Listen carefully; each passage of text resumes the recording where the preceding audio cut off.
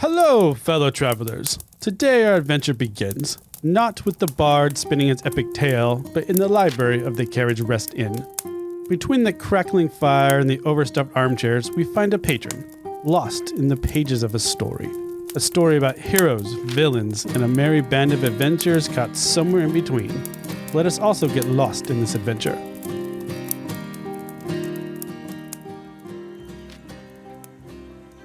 All right, and welcome to another episode of Carriage Rest Tales One-Shots. I'm your host and Dungeon Master, Mike. We have Caitie and AJ with us at the table again to continue their adventures, but we're going to let them introduce ourselves. To my right, we have... Hey guys, it's Sam, and I play Woods on the regular podcast. You guys all know me, but today I will be continuing the adventures of Elliot Lane. He is a druid half-orc. Awesome. And I am AJ. I'm playing Gimbal Garrick. He's a rogue.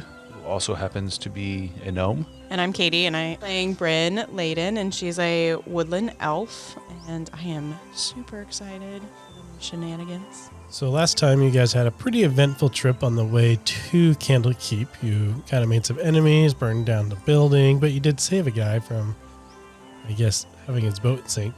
And then when you were in Candlekeep, it just got even more complicated as your book came to life, attacking Gimbal, and chaos ensued. But it did give you a nice penthouse room where you were able to relax before your big adventure to the Wide at Boulder's Gate. And that's where we're going to pick up.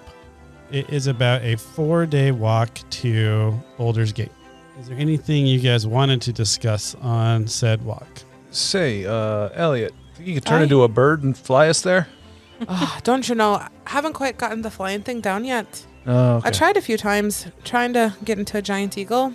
Not quite yet, but I can turn into a horse of riding. Oh. Yeah, I could probably get to there a little bit quicker. I like that. Also, How long can you be in wild shape now? I want to say it's like 4 hours. I don't know. It didn't say in my book. It would have said in the book. Let me look it up. Your druid level determines the beast that you can transform into, blah, blah, blah. You can stay at beast shape for the number of hours equal to half your druid level rounded down. So 1 hour. And how long of a trip do we have? 4 days. Yeah, let's just keep So your... I can have an hour, and then I could rest for 4 hours, and then I could get another hour. It would take us longer.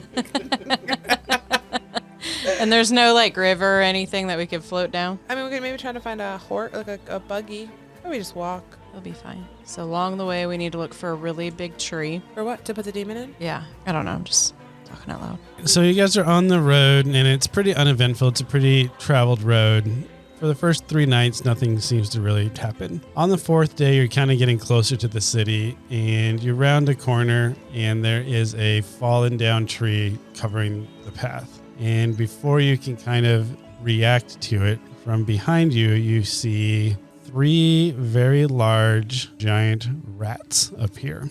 And they are starting to kind of close in on you, kind of cornering you in this little canyon with a tree backing on the other side. And they are basically rushing at you. So let's go ahead and roll initiative. 16. 5. 4. 16 was who? Elliot. I also had 16. That would be me. Yes, I'm Elliot.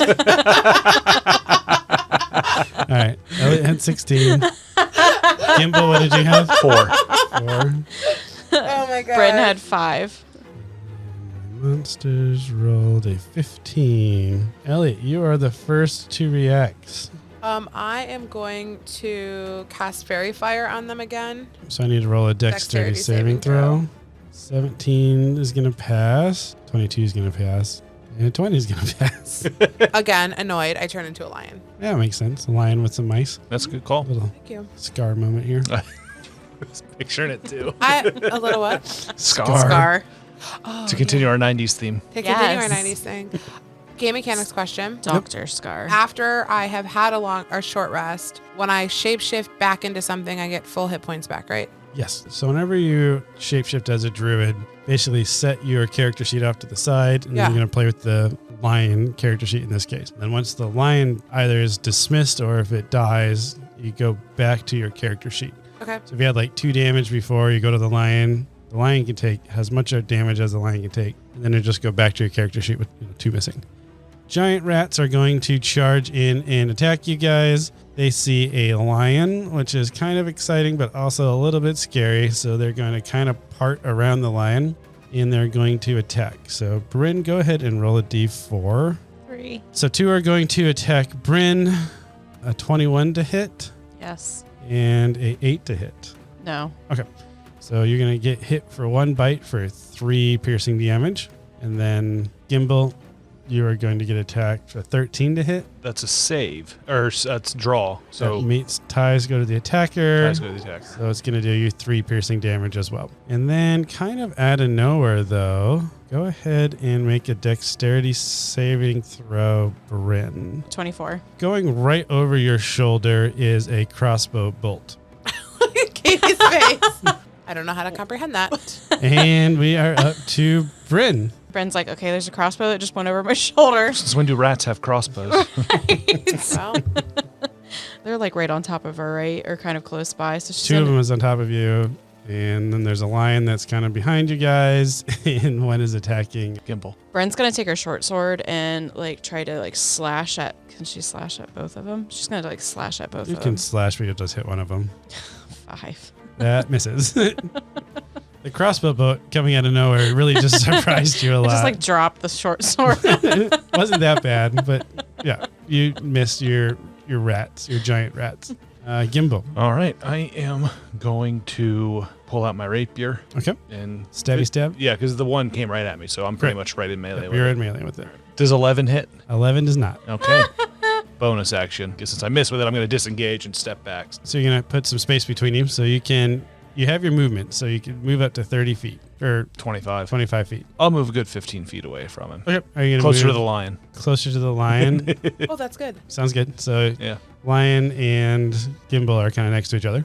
That's great because I have pack tactics. So the lion gets advantage on the rat. So I'm going to. There's currently no rats next to you. Where are the rats? 2 of them are on Bryn, and one of them is where. About 10 feet away from us. I'm going to attack one of the ones on Bren. Okay. I'm going So you're to. going to move over to Bryn, give it a swipey swipe or a bitey bite. Can you do a bitey I want swipe? to do a pounce. Ooh. If the lion moves at least 20 feet straight towards a creature and then it hits it with its claw attack on the same turn, the target must succeed a DC 13 strength saving throw or be knocked prone. If the target is prone, the lion can make 1 bite attack against it as a bonus action. So you're running in to slash at it first. So roll a DC Do you hit? saving throw. Oh, I just roll it. Yep. 18. It passes. Okay. Nothing happened. But you can still attack it. Right? That's your call. Read it again. It's called pounce. If the lion moves at least 20 feet straight towards a creature and then hits it with its claw. So I guess I have to hit Yeah. it first. So let's do that again. 10. All right. So you missed. Anyways, So it's over. you have advantage though with your pack. Oh, I do have tactics. advantage. Ooh. Too nice. 22. Nice. Okay. 22 hits. 21. 21 still hits.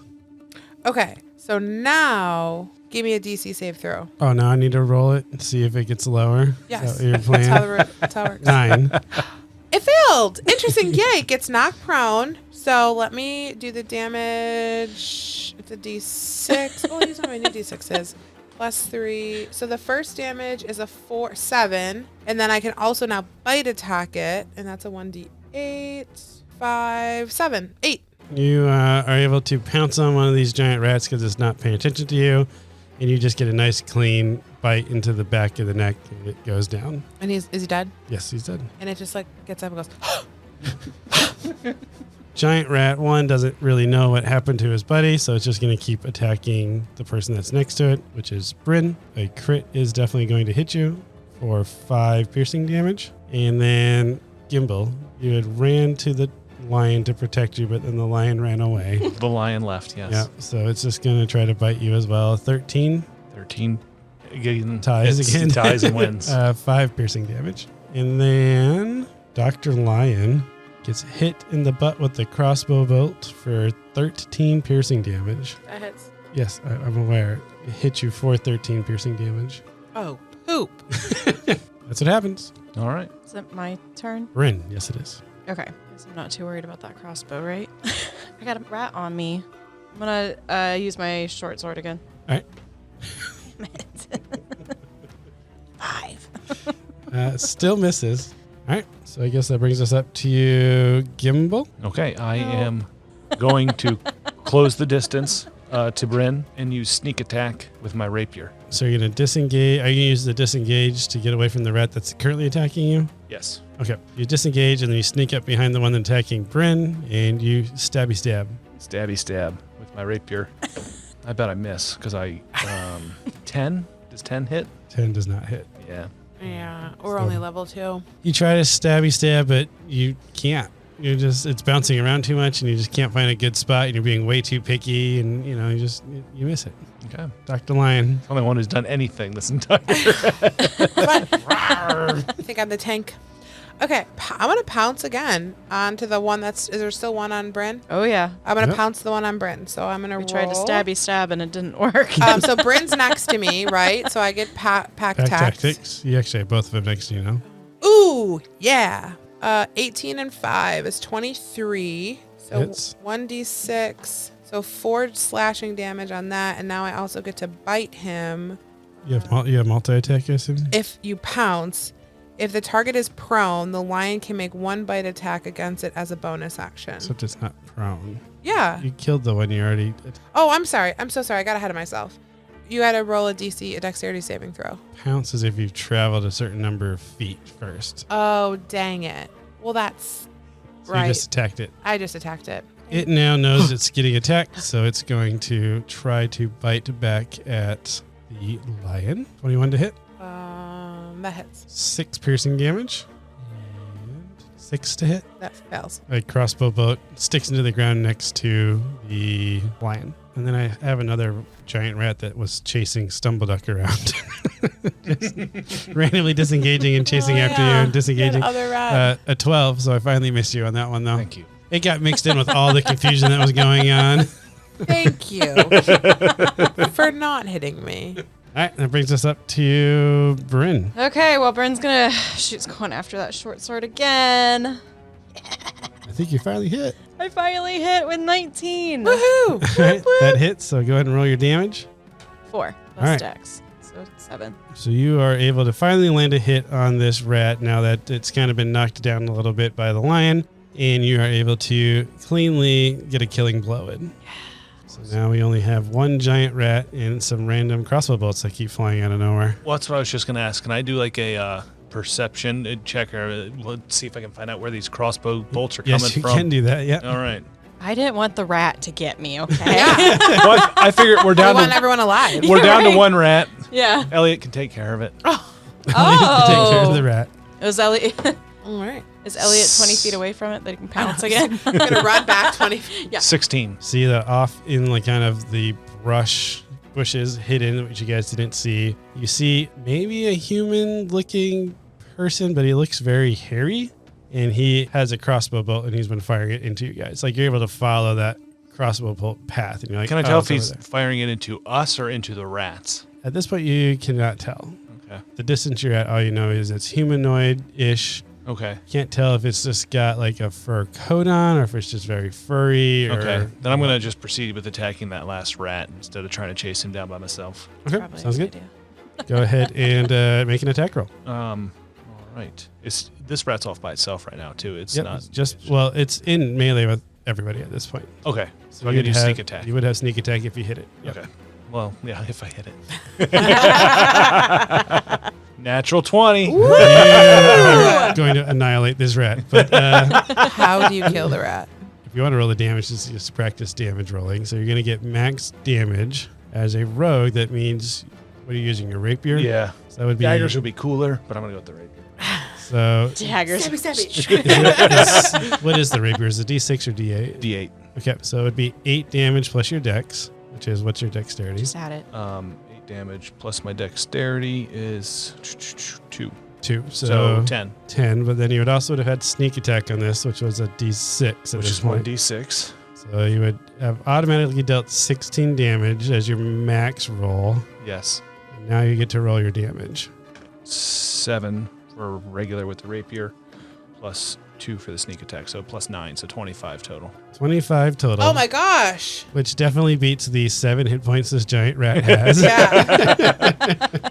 So you're able to get a clean hit in on this giant rat that's been chasing you around. It's like you finally turned around to face it. Yes. You're like, all right, I can deal with you now. I had it right where I wanted it. And then as that giant rat falls, you see that humanoid person that was firing at you guys stands up, and they definitely look like a hybrid rat human person. Oh.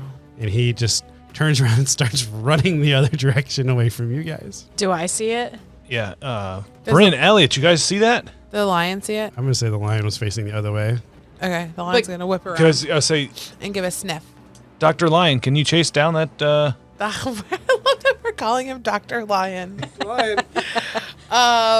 Did you see? I know you can't talk to me, but they can understand me. Yeah. Chase down that humanoid. How You're about faster? I'm just trying to figure out Bryn who like wants turns to. around, quick thinks, grabs her longbow, and tries to take a shot. Roll a perception first to see if you can find the person based off of his description. Totally can't. 5. So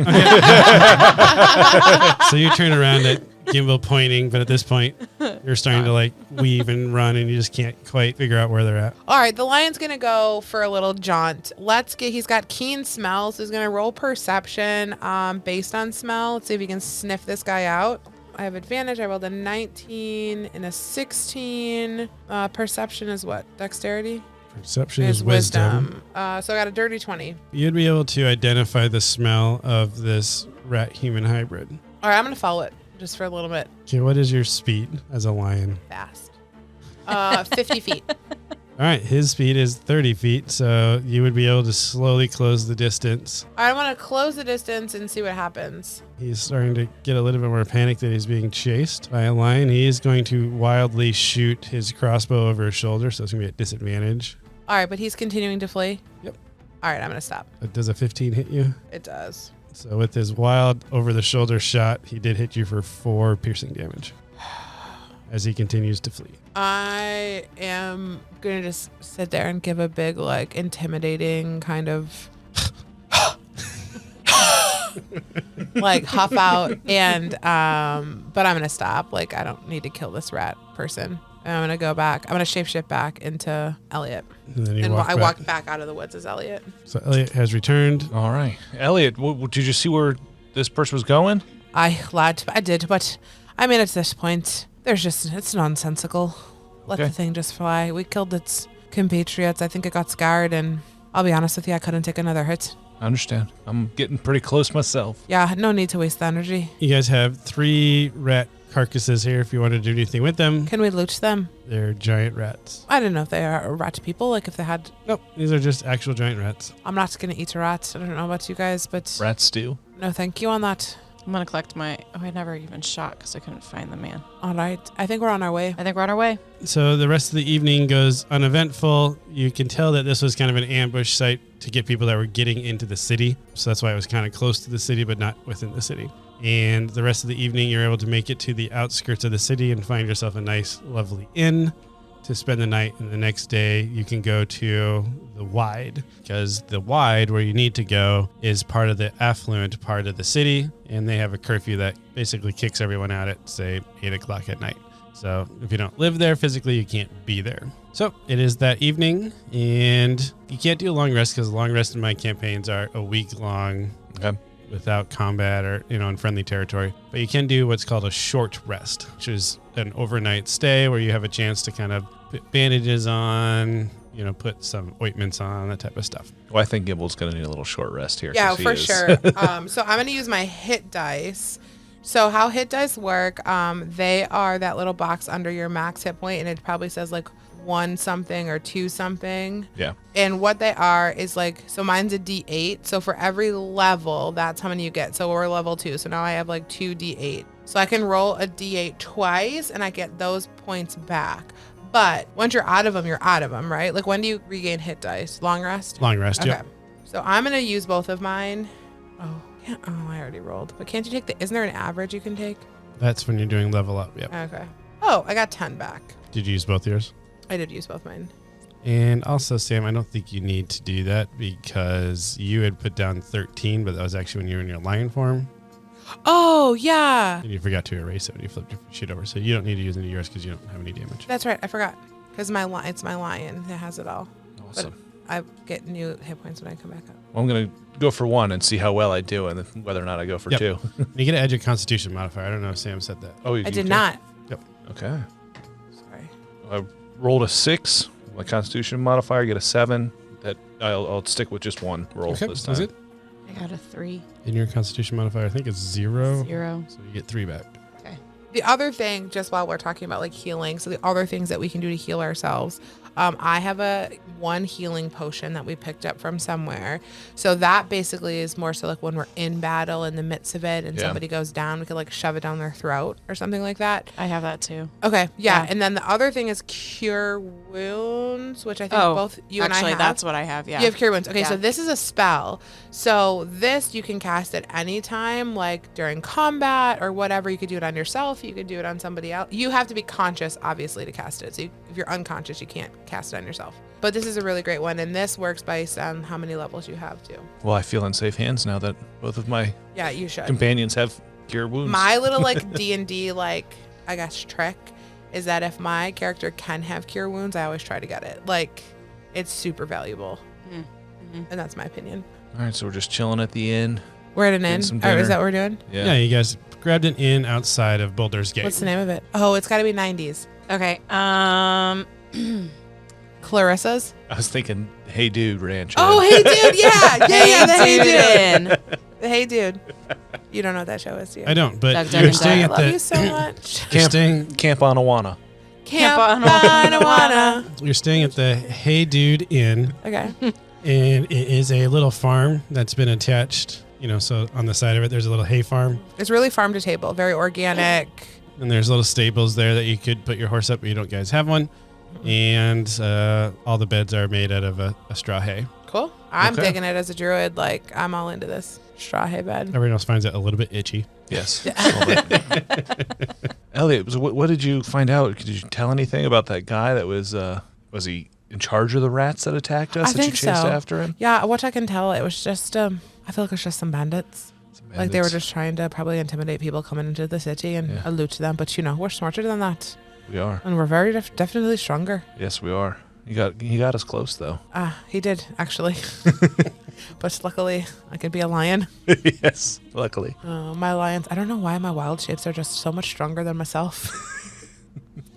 All right, so once we get into the city, what's our plan? Are we just going to like scour the wide and look for the bookstore? Or Well, there's a human with brown hair that sold the second book. oh, that's right. That one And might be a little tricky. The stand was Dune, Dune. Dune was the first one, right? And the second, we believe. Yes. Oh, they're both from the first, the second. Okay, that didn't make sense, but okay. First and the second. The first and the second. Had a Dune in the book. Had a Was Dune in the written. name. The Yeah, name. Dune Okay, I thought they were different Yeah. places, but this is good. I'm happy you were listening. All right. I heard this is a bit of an affluent place. Yeah, they won't even let us in part of the city. I understand that. Do you think you two of you can handle it? Where are you going? I'm going. I just mean you think the two of you aren't going to be an embarrassment? Why Oh, would these we are be nice an people. embarrassment? I'm just making sure that you know we're going to a nice spot. You might want to maybe clean up your clothes a bit. We don't want to look like we're sticking out. Okay. I have no clue what you're wearing. I'm in. Same thing I've been wearing for weeks. I know. I That's should what go I was watch saying. it. Yeah, fair. Maybe we should Fair. hit the stream for laundry. Sounds good. We can hit the stream for some laundry. She's going to pull up a stream. Let's just pull up a stream here. Get our clothes nice and clean. I'll use lavender soap so I smell good. Oh, that'd be okay? fantastic. I myself fancy the orange and clove. Oh. Maybe a little dogwood. More of a eucalyptus. I just picture the rogue pulling out some of the bath soaps from the steams. Yeah, like he totally stole some from the steam room. He's like, I'm more of a candle Irish Springs. You got the candle keep fragrance there. Yes. All right, yeah. So I definitely think we should be on kind of best behavior. Yes. We don't want to stick out, you know. No, absolutely not. All right, so I'm gonna hit the hay. So they say. We'll see you in the morning. All right, it's uneventful at the inn. You guys get a good night's sleep. You're able to do your short rest, and it is the next morning, and you know that the curfew lifts at around 7 o'clock a.m. I think we're early, right? I would assume we go kind of early-ish. Yeah. Not like standing in line waiting, but milling about. The marketplace known as the Wide is located in the upper city of Boulder's Gate, home to the wealthiest of citizens. Visitors to this district find the streets are illuminated by magical lights, luxurious boutiques, and expensive restaurants. The elegantly dressed citizens, you also notice, kind of treat the poorer people with a little bit of disdain. So as you guys are walking around, they see you and kind of look the other way, or you hear like, "Ugh, I can't believe they're here." Excuse me. We look very nice. They don't know we're for. You guys smell very nice, but you also don't have the same elegant, Oh, that's true. ballroom gowns and top hats. And Oh, Elliot is instantly embarrassed. The upper city is truly a place of exclusive decadence.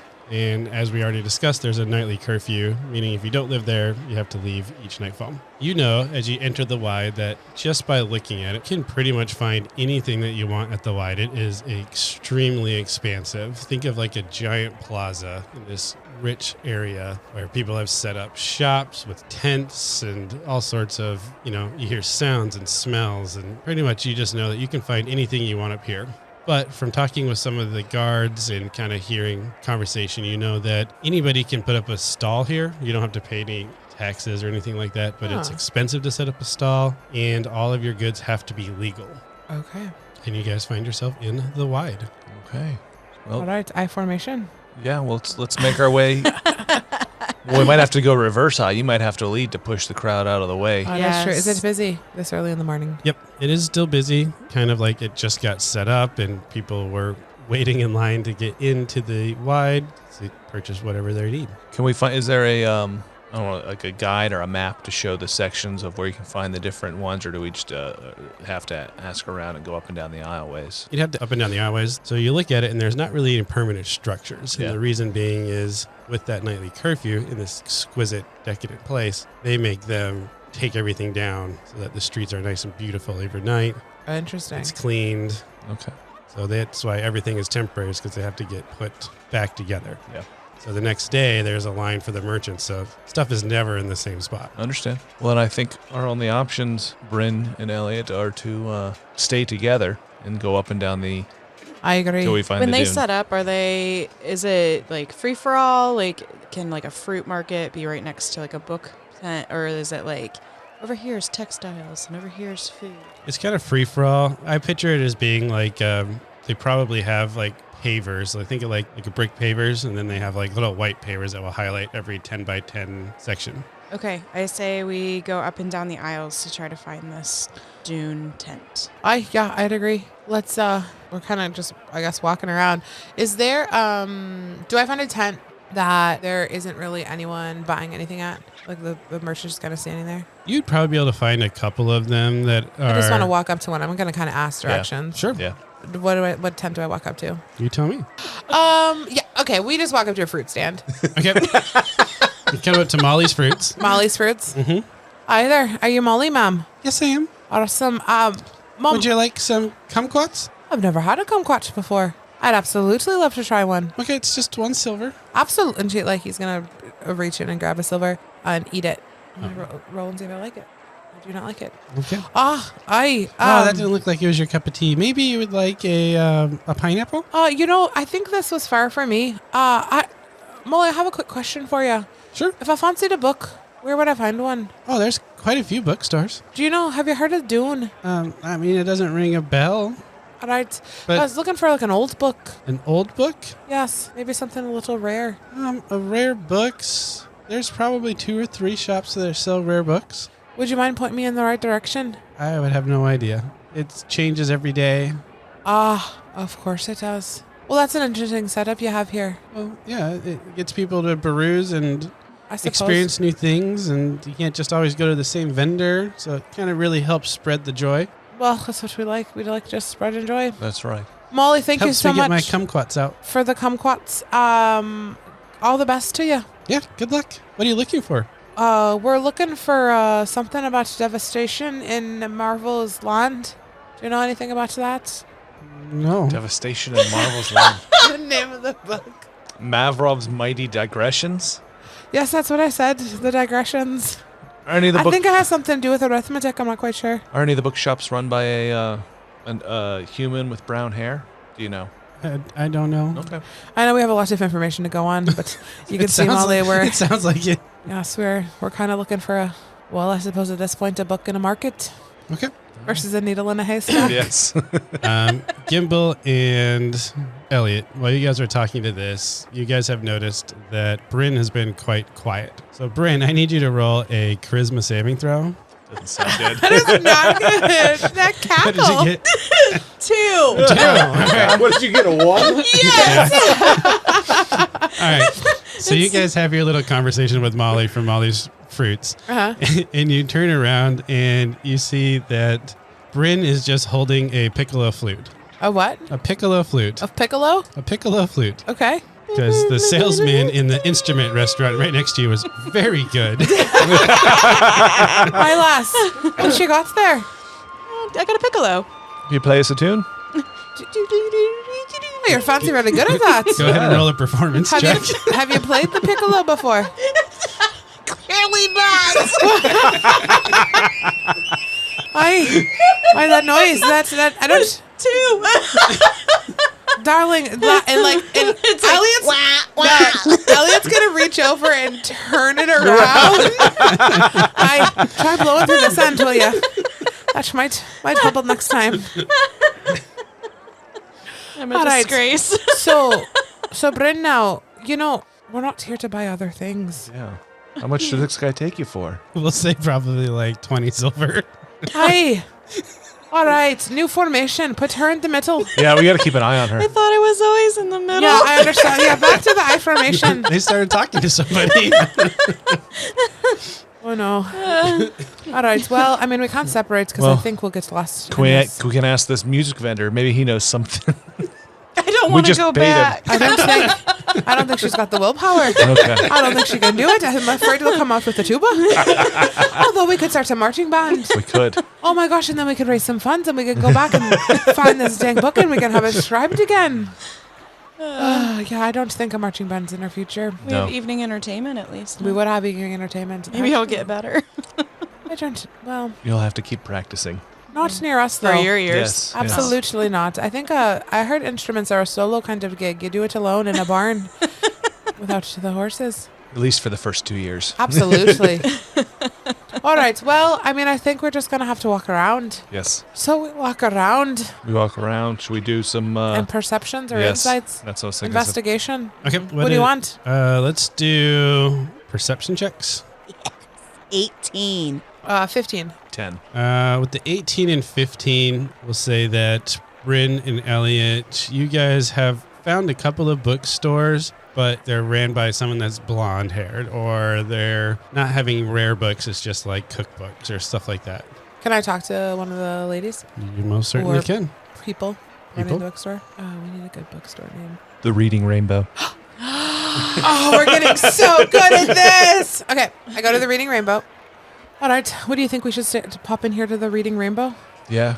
Let's see. Let's Maybe see this owner knows something. Hopefully. we step into the Reading Rainbow. What do we see? How do we feel? It's very relaxing. And as you step in, you sense that there must be some sort of magical spell that's been cast, because instantly, like, the whole hustle and bustle of the crowded plaza kind of dies down. Like, you can hear it muffled, but it instantly just gets quieter as soon as you cross that threshold into this bookstore. Okay. Is there a gentleman or is there a shop worker? There's a shop worker, and you can see he's got some really dark shaded sunglasses on. I'm going to approach him. Hello, sir. Hello. Hello, my name is Elliot. Hello, Elliot. My name is LeVar. LeVar, how's it going? It's going pretty good. Fantastic. LeVar, my compatriots and I are in the need for a book, a very special book. Oh, maybe I can find one for you. That would be wonderful. It has something to do with deviations. Mavrov's Mighty Digressions is one we're looking for. Yeah, that one. Oh, that's quite a rare book. Unfortunately, I don't have one in stock. It's quite unique. Have you come across it recently? Not in this shop, but I heard that there is a bookstore out kind of on the outskirts of one of the less desirable areas that might have some rare books. Oh, really? Interesting. I've heard talk that they've got some. I think it was called the Amber Dune bookstore. Umberdune. Amber Dune. Verdun. Would you be able to point us in that direction? Well, unfortunately, my eyes don't really work, so I was I wondering about the can't really sunglasses. can't really point out that, but I do know where everything is in my shop. LeVar, how does that work? You own a bookshop and you can't see. Oh, well, I'm working on trying to come up with ways for people that can't see to be able to read, further their education. Interesting. That's Like an pretty accio. nice. Would it be like an accio thing where someone would like just recite it to them? Well, that would require having to pay somebody to like sit and read to you. Okay. So instead, I've been working with my fellow magicians, and I have these gloves. And what you can do is you put the glove on, and you can scan your fingers over the book, and then the glove speaks to you. Interesting. Like a glove of reading. Yes, exactly. Oh, wonderful. Is it very common for people not to be able to use their eyes? I probably feel it's not that common, but also I don't want to discard the people that can't. Absolutely. Reading is a gem. Knowledge is very powerful. LeVar, I wish you the best of luck with your gloves of reading. Yes, hopefully we can get him down. Right now they work, but they're just kind of expensive. So I'm hoping to work with some distributors to see if we can make it more inexpensive and accessible. I love that. I wish you the best of luck. Thank you. Bryn and Elliot, you guys are there, but unfortunately, as you turn around, Gimbal can't quite be seen. So Gimbal, go ahead and make a charisma saving throw. This Get market better is than eating a us 2. alive here. You come back with a Piccolo, I'm going to be real upset. A 4? 4. Okay. Better than my 2. Unfortunately, right next to the Reading Rainbow was a kitchen utensils kind of place. And Gimbal, you had just spotted this very cute set of salt and pepper shakers that were in shapes of ducks. Oh. Yeah. Okay. So you guys go outside and you see Gimbal kind of playing with this salt and pepper shakers that are shaped like a duck. What you got there, lad? These mean so much to me. Do you see? They're ducks. They're salt and pepper shakers. I understand that, but you don't even like pepper. But I like ducks. Would, And now we can season our food. I understand. I'm Gimbal, how much? Gimbal. 25 silvers. Okay, we're going to have team meeting. It's time for a team meeting. And he pulls like the two of them in with his like very long, like he's 6'4", so huge wingspan. All right, maybe we should have had this conversation before, but we're at a market. And these people, they're very charismatic. They're going to make you buy things. You're going to see things that you want. As you you're don't talking, need them. As you're talking, you catch the glimpse of a box of assorted teas. See, like, look right there. See these teas? These teas, there's 25 teas in there. Almost. Elliot. But yes. Look away. No, I'm just, this is my point. I'm saying that we can't just give in to all of our temptations. Now the Understood. ducks are cute. The Piccolo, oh, Go ahead and make a charisma saving throw as this lovely scent of jasmine hits the air. 16. You're able to pass. So just like this, I'm going to walk away from this temptation. And I'd ask the two of you the next time temptation comes just to walk away from it. You got your ducks. You got your Piccolo. Let's get our book. We'll do our best. I'll try. The ducks are cute, by the way. Thank you. You going to name them? Peppa. Salt and pepper. Salt and pepper. Because everyone names their salt and pepper shakers. What a man. None of your business. That's what you should just said. None of your business. And yeah. So should we make try and find this bad part of the market here? I do think so. But Are we able to find it? Should we roll for perception or investigation to see if we can't find the direction roll for towards- CD. So you guys already did your roll for perception, and then I gave you directions. That's kind of Okay. how I was playing that. So Okay. you guys would have figured out that it's in the less desirable area. And then talking to one of the guards that kind of basically there's always a guard patrol going through to keep everything civil. Yeah. And they will direct you to the less desirable places. And when I say less desirable, I mean like the merchants, you find out that they will pay to have certain sections of the market. So where you're going is the less desirable, meaning it's the cheaper section in order to set up your stand. Okay. So that Interesting. gets less foot traffic because It's cheaper. it's cheaper. Gotcha. But they point you in that general direction. And as you're walking over there, before you even kind of can see the Amber Dune bookstore, you actually hear a very charismatic, deep voice. And he's just basically kind of talking, kind of giving a speech, but you're like, this is weird. And then you round the corner and you see that there's an older gentleman that looks pretty nice, and he's got a book in his hand and he's just reading the book like in a nice deep voice and just trying to draw in customers by actually just reading stories to them. Okay. And then right above him is a sign that says Amber Dune Books. Look, Bryn, Elliot, I think we found the place. I think we've got it. Yes. Let's go. Let's head in and see if we can't find someone to talk to and get some some answers. Yes. While we're walking in, do I'll we let hear you do- what the guy's like? What he's saying? Like, what is the Monologue? topic? He's just reading a book about a valiant knight named Arthur. Okay. Oh, I think I've heard this one. All right, Gimbal, you do the talking. I'm going to go actually look and see if I can find anything. Okay. I'll Pick look up the too. books, see if they make you feel tired. Oh, that's actually something really good. I Or wonder. we can just open and see if Dune's written in it. I understand. No, Well, this is right? this is Isn't Amber it? Dune. We've already seen. we're the in sign. Amber We're Dune, Amber but Dune. all the books that were from here made everyone really tired. Right. So, So I feel like let's So do you, that. yeah, you do that, and I'll just go approach the counter and see if I can't talk to I the forgot. okay, storekeeper. let's slow down for just 1 second. Absolutely. So we already know that this place has cursed books. So you want to go around picking up cursed books to get exhausted? No, Yes. no. I think you've got it. You nailed it right on the head there, lass. I mean, I think let's When you put it like that. Yeah, can we just look and see if there's another one of our book? I mean, so yes, I think we have 2 missions here. Yeah. The first, to find the book that we need. The second, to maybe get some more information on the cursed books. Because Yes. if we could go back to the Candlekeep, maybe and have some information for them, that could be beneficial. Yes. But I don't think we need to pick up all the books and get exhausted. You're right. You bring a good point, Bryn. I think you're. I don't know. I wasn't exhausted, so I don't know the feeling. Now, Bryn's like, uh-huh. how large is this? I mean, it's big enough that we can all see where the others are in the store, right? Yeah, so each one of the plots in the bazaar is a 10 foot by 10 foot.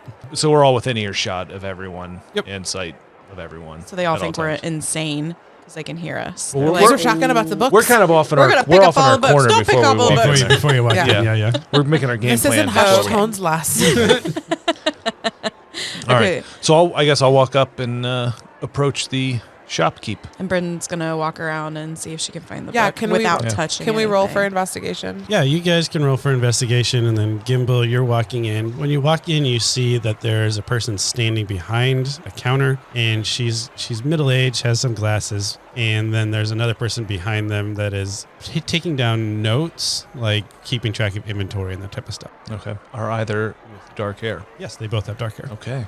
Onto something. That big description you had Yes. of dark hair. We got it. We, Narrows it down to Clearly only we're gonna 70% find of the it. We got population. it. We have the name of the bookstore, and there's somebody has dark hair.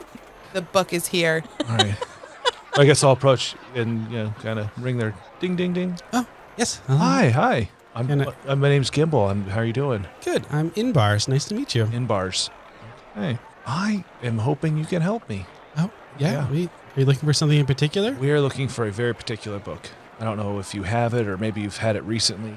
Okay. It's called Mavrov's Mighty Digressions. Oh, yeah. I think we might have a copy of that one. Really? Yeah. It's going to be over here in our rare book collection. Okay. And then you would notice, especially with your guys' insight checks, what did you get? 13. I have 5. Okay, Bryn got very distracted with the story out front. So Bryn's just standing out front listening to the Arthur's really Arthur cool. story. And Elliot, you notice that they have the store kind of separated in 2 sections. And one of them is just normal cookbooks or short stories, that type of stuff. That's Okay. more commonplace books. And those are just out on shelves. And then you notice that Gimbal gets led over to the rare books section, which is in like a glass case. And there's 6 books in there. Okay. What other books do we see in there? Anything that we'd recognize? You probably, well, how scholarish are you, Gimbal? I guess only if I've come across it previously while we were at the Candlekeep. So we're looking at Stella's Magnificent Muffins. Yeah. So we know 3 books. We're And- extremely well read. Do you know the one with the little one with the werewolves? No, but Elliot would. Oh yeah, that Might book. that what was little one was reading. You found Mazov's Mighty Digressions, Fallen Thymir, The Dark Hunger, Consumer's Guide to Gigawatts, Wanderings of the Humble Asimar, and Daughters of Gazette. Okay. I'm not there, right? No, you're Okay. outside listening to a story about Arthur, which is a knight that's slowly talking about equality and making like a force of knights. Oh, I'm super intrigued. So I do see you have Mavrov's Mighty Digressions. How much is it? All the books in this one are 25 gold. 25 gold. Yes, they're all very rare books, but we're trying to spread knowledge, so we're trying to offer them pretty cheaply.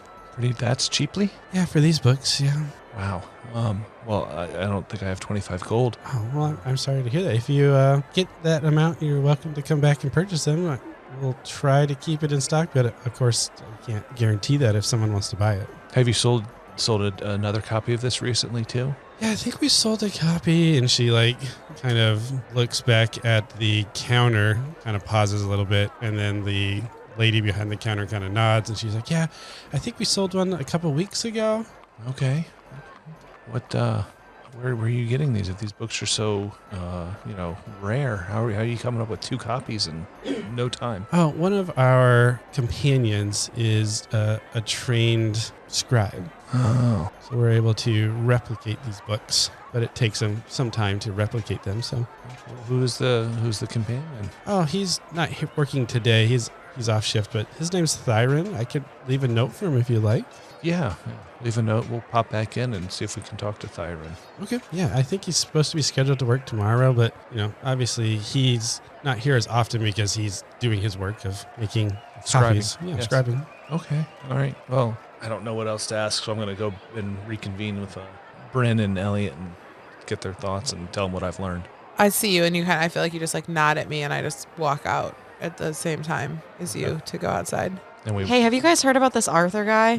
He's super cool. He's got a round table and a really Aye. sharp sword. I really want the sword. Okay. His name's Excalibur. Have you The have sword you? or the knight? The sword?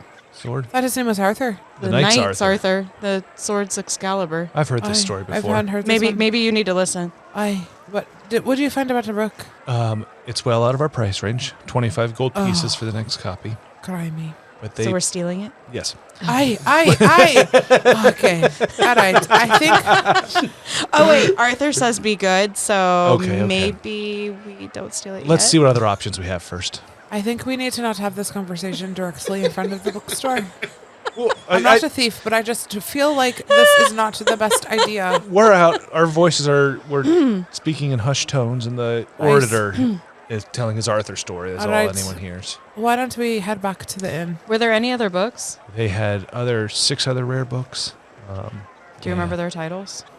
No. What? No.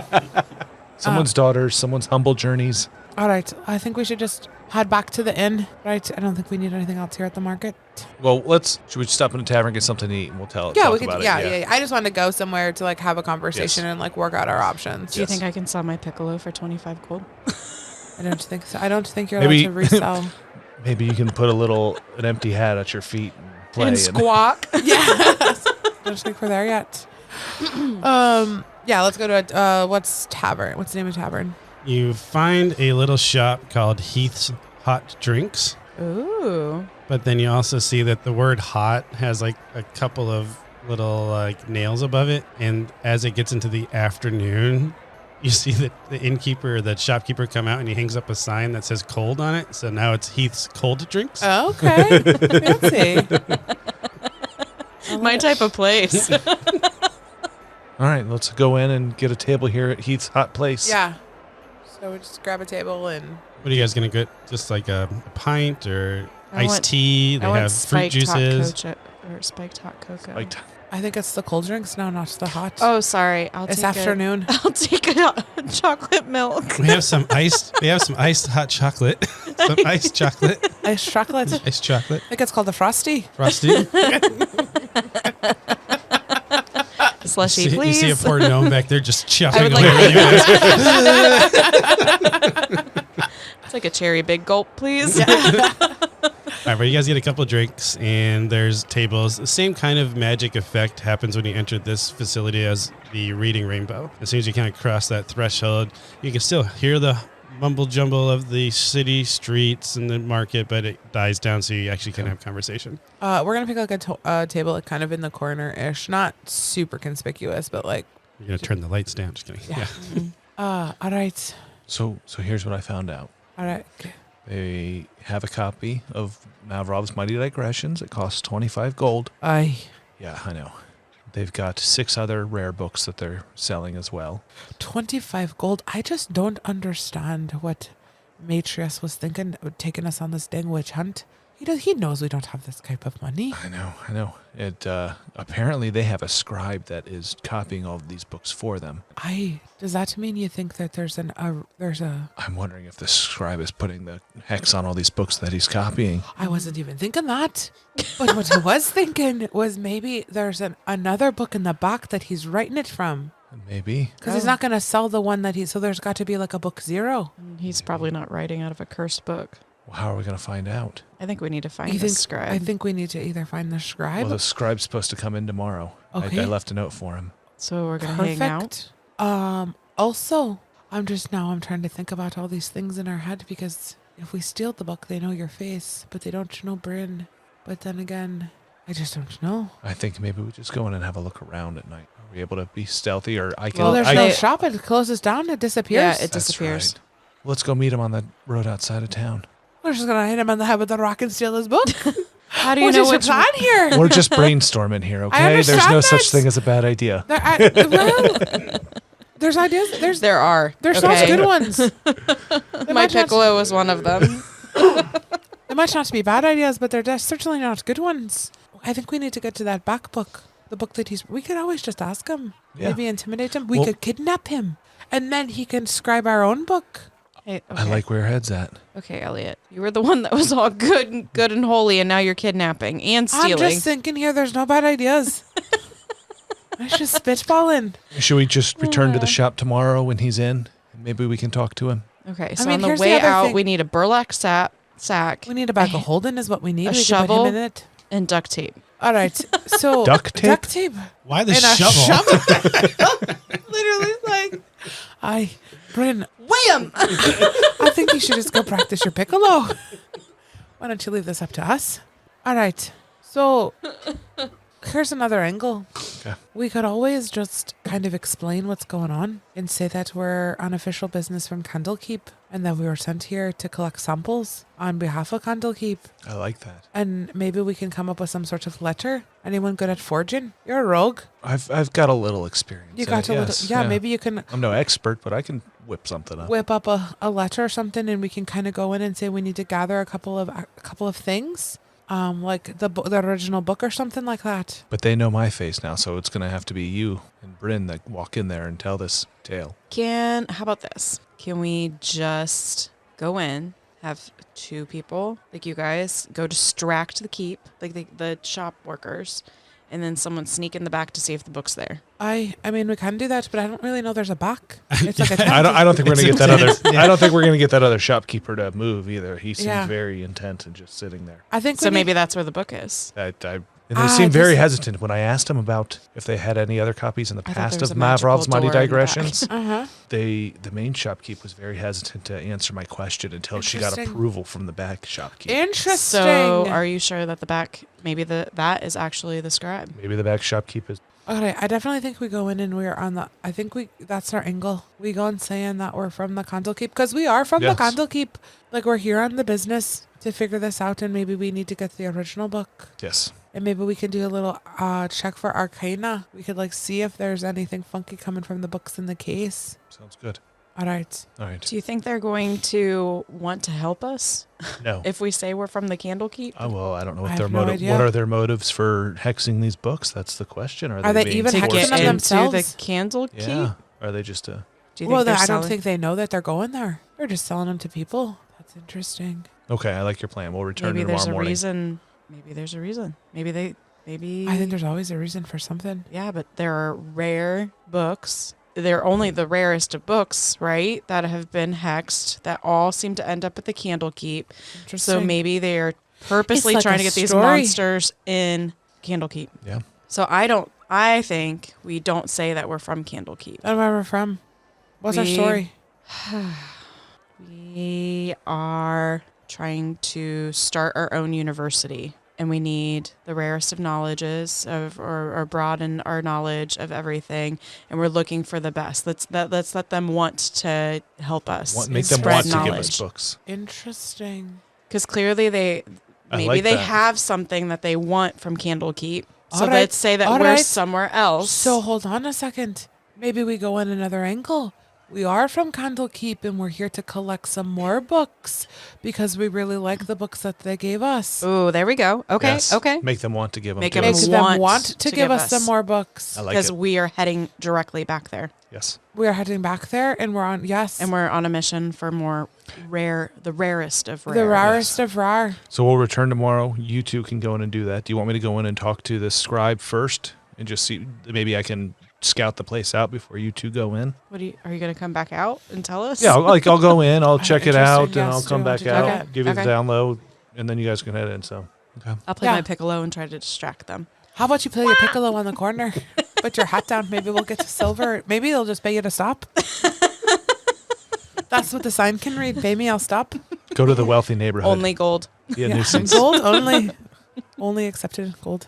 Cabrin's going to walk out and Yeah. she's going to go to the wealthiest of the wealthiest part. All right, so your guys' drinks were about 6 silver total, so 2 silver each. So not cheap, but also not extravagant. Well, all right. Let's return to the inn and come back tomorrow morning. Okay, so you're returning to the inn and coming back the next day Yes. when the scribe is supposed to be working. Yes. Okay, and same thing. The food at the inn is not nearly as good as what you guys were just experiencing up in the wide, but it's also much more in your guys' price range. So it's kind of like, oh, it's really nice being up there, but also there's no way we can afford to do that Yeah. long term. You guys have another nice evening. You don't have to use any hit dice because you guys did that last time. You didn't take any damage this time. So it's just a nice, peaceful.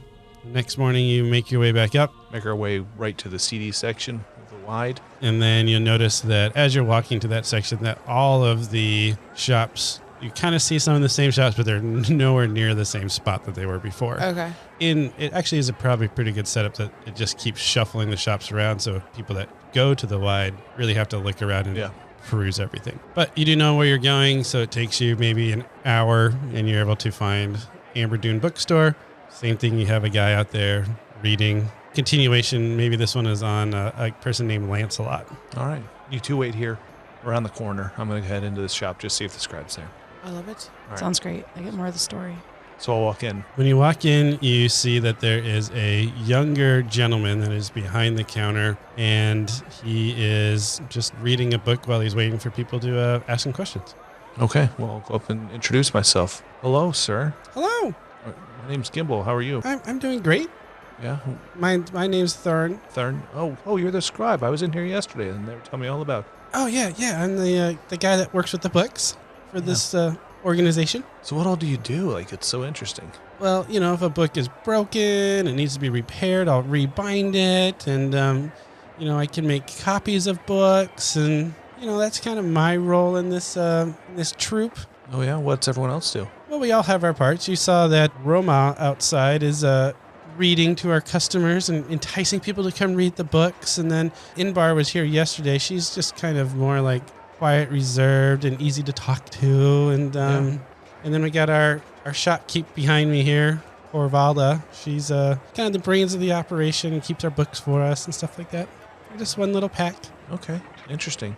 How do you come across all these rare books? It's like blows my mind. You have so many good ones. Oh, our former leader. And you see that she kind of gets a little sad. Yeah. Was a big book collector, and she just really liked you. And then he gets kind of like kicked in the back of the knee from the person sitting behind him. He's like, "Oh, we just really like books, Oh, okay. Okay. and we like to trade books and get books, and we want to collect books that we don't have, but we need to sell things in order to afford those books. Because as you know, books are quite expensive. Yeah, you're telling me. I'm looking for that one that you're charging 25 gold for. Yeah, that is a really good steal. It's crazy we can offer it so cheaply, but we also, we want to raise those funds, and we have the ability to make copies of them. So, we figured it's a win-win for everybody. So I'm gonna just kind of roll for perception just to see if there's anyone else in the store besides these two. Sure. 13. You would see that there's other citizens that are perusing. No one is really looking at the rare collections books Okay. at this point, but people are there to pick up, general stories. You'd notice that they have a lot of copies of King Arthur and his trilogies, and you kind of get the sense like, oh, he's reading that book, so they have lots of copies of that book to try to pull people in to Yeah. get that book. It's the special. Yeah, maybe there's a specials table or something. All right. Well, I don't think I'm gonna gain much more, so I'm gonna wave goodbye and. All right. be on my way and report back to them what I've seen. That there's 2 people in there. What was your perception check when you rolled that? 13? Yeah, Can I help that's what him? you noticed. It's his 3rd time playing D&D. Sure. What do you want to do? Oh, you want to help him with some tabletop? Yeah. Okay. Go ahead. Is that okay? Yeah, I don't care. Okay, so Mike was leading you on to a couple of things. Yeah. Okay, like, oh, it's so easy for us to make the books. We have to raise funds, and then somebody kicks the chair. So, like, those are, I think, all pieces of information you probably could ask a little bit more about. Like, Okay.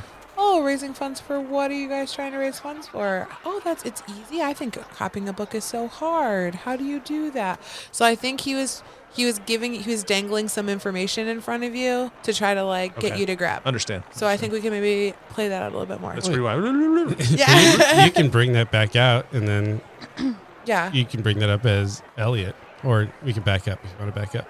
Yeah, let's back up. Okay. Okay. So you're still questioning them. Funds. That's interesting. What are you guys trying to raise funds for? Oh, well, it's, and he wants to talk about it, so he kind of leans in a little closer so the person behind him can't hear. A resurrection spell is quite expensive, so we really need to. Resurrection spell. Yes. And then the person behind him kicks him in the back again. Yeah, we just need to support our lifestyles. Man, that's crazy. I was just copying a book last week, and I might have only gotten through 10 pages over 2 days. How do you manage to copy these so quickly? I mean, it is mostly my full-time job. I just work here 1 day a week because I usually am just making copies of things, and you just get used to it after a while. You build up your arm strength, and you see his fingers are super strong. And you start to know the stories by heart, and you can just write them down really quickly. You know the stories by heart. Yeah, most of the ones, especially these ones on King Arthur and his Round Table. I love that series. I've written that so many times. I'm more interested in more of a rare one. I don't know how often have you copied Mavrov's Mighty Digressions? And then he starts to get a little bit nervous and twitchy, and he's like, "Oh, not that often. I don't really, copy that one too much. No, the rare books they don't really buy too." And you could physically tell that he's getting a little bit nervous. And then the person that was kept kicking him behind puts her hand on his shoulder and sits him down. He's like, "What can I help you with?" Oh, I was looking for this Mavrov's Mighty Digressions, Yes, we have it over here in the case. Yeah, I was here yesterday, and I just don't have 25 gold. That's my problem. I mean, unfortunately, we can't go any lower than that because we need to, get the money's worth out of the books. So once you get 25 gold, we'll be happy to give you it. Okay. Well, I'm going to have to work on that then. Yeah, I know it's expensive, but it's also very cheap for this rarity of a book. Is it? Well, I was just told another one just came through here a couple weeks ago. Yeah, I guess. Doesn't seem that rare. Well, it's rare as in it's hard to find it other than our shop. Only at your shop, huh? Well, you can find it at other shops, but they're going to charge an arm and a leg for it. You're not going to find a cheaper price than here. No. How do you manage such low prices? Oh, well, we are able to, and she's starting to get a little bit nervous, and we just are good at our jobs in finding books and being able to sell them. Okay. This is the hardest part. Hearing it, not wanna- being able to be involved in it. know. And then, yeah. And then, yeah. And It's the then, hardest part. And then, when he recaps, being like, Yeah, I didn't figure out anything. Okay, what else? Yeah. And then if he forgets to tell you, Yeah, you try to draw it That's out. called metagame. You're doing really good. Yeah. I'm coming to roadblocks with this. I don't Yeah. know. I don't know Go how ahead. else to go on, but I Well, think that- it's because they're that's- trying to. I think it's roadblock. purposeful. Yeah. All right. Well, I'm. You can go ahead and roll a charisma check if you're trying to break through it. Because the role playing sometimes hard to be like, oh, I don't know what to say. Yeah. So if you ever get to that point, you could be like, oh, I really want to roll a charisma check or a persuasion check or something like that. Well, let's roll a charisma check. All right, would be persuasion. Persuasion. Okay. Dirty 20. 30-20. Cool. Woo! And that's the idea of the skills. And so for D&D's sake, that's the idea of the skills. It's fun to role play and everything, but certain times you get to a point where you're like, oh, my character would physically be better at this than I am. Yes. Yeah. Breaking into a house, for example. I wouldn't know how to do that, but a rogue is going to know how to, you know To what be I mean? fair, you're pretty good at it. Oh, thank you. Yeah. All right, so you got a dirty 20. Yep. The head lady that was behind the counter would start getting quite nervous about you asking questions, but you're also not being overly aggressive. Yes. So she's not going to like call the guards or anything, but she's going to lean in and say, I can't talk more about this in the market, but if you want, we can maybe have a conversation back at our office. I love that. I think that's a great idea. Okay, maybe later this evening. We can do that. And then she's going to scribble down an address for you on a piece of parchment. Okay. Well, thank you very much. Well, I look forward to meeting you later today. Okay. So I'll quickly make my way back to Brendan Elliott and give him the rundown of what we all just discussed. So, okay, you guys, I think I made some progress, and I think it might change our plans. All You right. tell me. Should we talk here or should we talk somewhere else? Let's go around the corner. All right. I don't want to pay for another expensive drink here. I do. I agree. Okay. Okay. What'd you hear? All right. So apparently they're making their own copies of the books. They're selling them cheaper than anywhere else. I asked them, what they're raising funds for, because the guy let it slip. They're raising funds, and apparently they're trying to pay for a resurrection spell. Interesting. And he keeps talking about their old boss that has died, so I'm guessing that's who they're trying to resurrect. Huh? Those are very expensive. And then I finally got a hold of the head lady. I think she's kind of running the show back there. Interesting. And she actually gave me a dress to meet them later today because she was getting very uncomfortable. Well, lad, you did it. And he's going to like smack you across the back. All right. Except I forgot you're very small. Yeah. And he flies. I just kind of fall over and pick myself up. Yeah. Well, that was very charismatic of you. So we're meeting later today before the curfew, 7? She would have gave you the address to their Office outside of curfew areas. Yep. So basically, the address that you got would have been in what is called Black Gate, which is outside the city walls. So you guys are staying basically on the outside of that because you're outside of town. Okay. So the way Boulder's Gate is kind of situated, you have your roads coming in where you're going to have some inns for all like the travelers. And then you're going to have the first city, which would be called Black Gate, which is outside the city walls, which is not as nice. It's more the commoners section. And then you'd have the city walls where you would have the exquisite place with the wealthy and like that.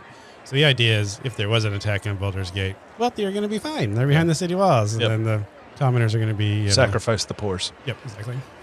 Okay. So let's make our way. What do you guys think? Should we just make our way to Black Gate and maybe observe their offices or see what we can find out there? Or do you want to continue with your plan to be Candlekeep?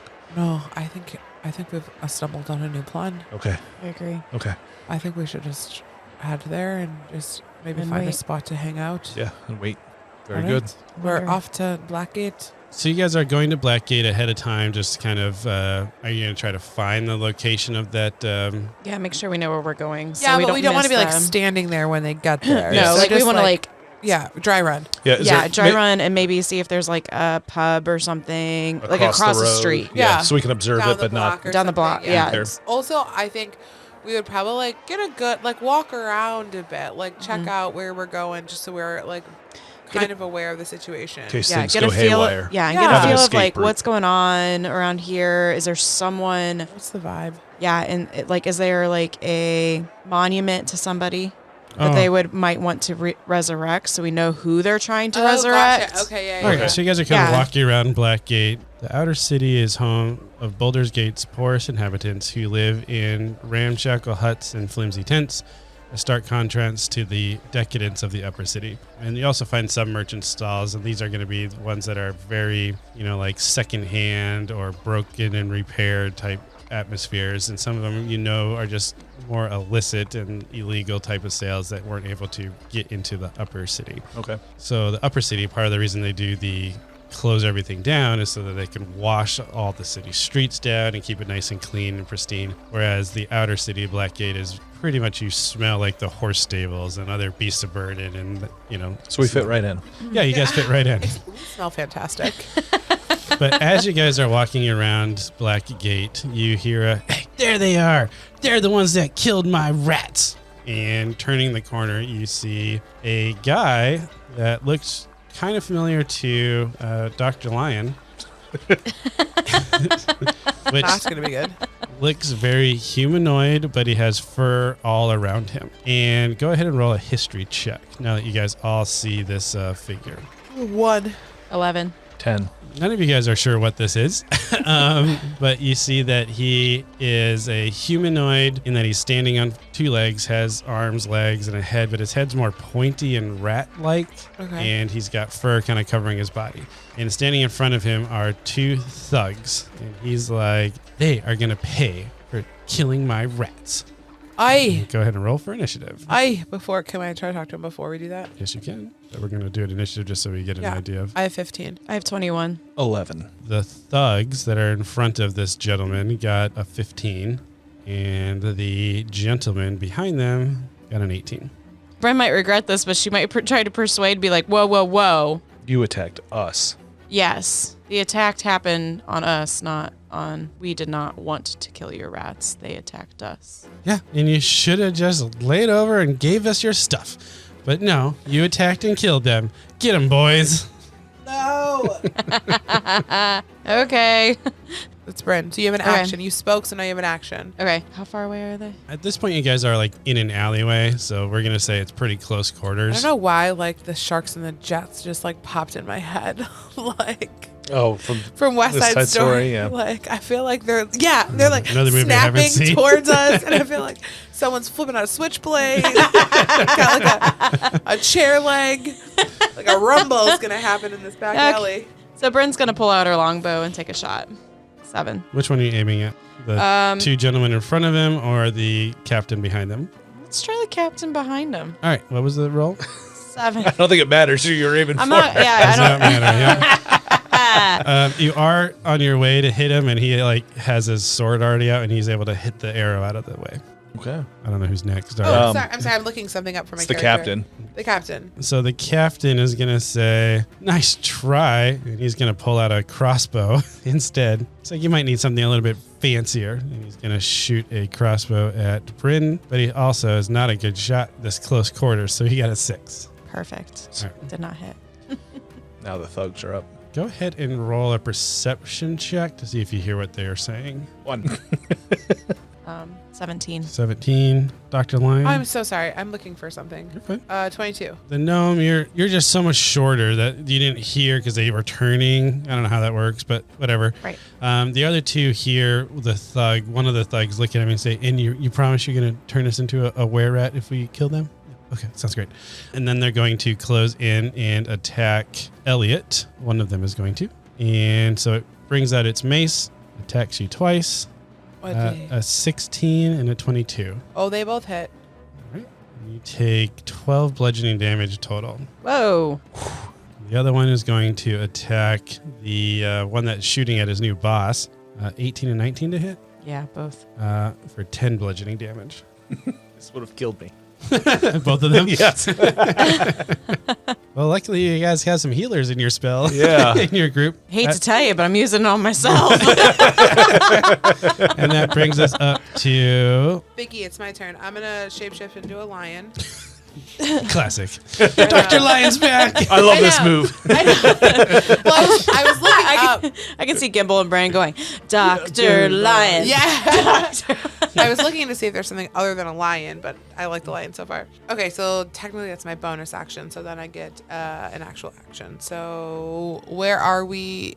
Is there anyone 20 feet away? The captain would be probably 20 feet away No, because but he the- sent his thugs in. The But things giving us damage are in melee with us. correct there. All right, I'm going to claw one. And you use your pack because we're all together. Yep, I'm going to use pack tactics. Actually, I'm going to bite him. 24 to That hit. hits. 8 and 3 is what? 15. 11. Yeah, that sounds good. We can make it 15. It's fine. 15. I got 11. That's I only have one attack though. All right. I am going to use my sneak attack and go after the same thug that Dr. Lion has attacked. Okay, sounds good. Natty 20. Ooh, This nice. guy's going to go down. All right. Nice, All right, so you remember how to do this? All right, so let me say it out loud to make sure. So I was attacking with my rapier. So it's max damage, which was 1d8 plus dexterity. So that's a 10. Plus the sneak attack would have been max of 6. So that's 16 automatically. Yep. And now you just And roll now I roll. like you normally would. Good job. So it's 9 plus 2, 11. So 27 total. So this guy comes charging in, attacks a druid feels really good about the solid hit he got in it. And then the druid turns into a lion and bites him. And he's like, what the heck's going on? And it's like holding onto his arm. And then what do you do? How do you kill this gentleman? I draw my rapier and I sneak in while he's looking at his wounds that the lion just gave him. And I just quick stab right underneath the rib cage into the heart. And he falls down, and you notice the captain takes a couple of steps back. And he's like, okay, that's, keep pressing on, gentlemen, sir. Gentle keep man. pressing on, man. You're in the thick of it now. You got this. I think that brings us up to Bryn. Yep. Yeah, it's Bryn. Bryn needs to heal herself because if she takes 3 more, she's done. Okay, sounds good. Okay, so I'm going to cast the Cure Wounds spell, and it's a creature you touch, which is myself, regains a number of hit points equal to 1d8 plus your spellcasting ability modifier. Yep. So your modifier is wisdom based. So it's going to be your wisdom modifier plus your proficiency. So your modifier plus 3. Okay, so 7. Yep. So you get 7 hit points back. And I can't remember if Cure Wounds is a bonus action or an action. It's an action. It's an action. So you still have a bonus action if you have any bonus actions.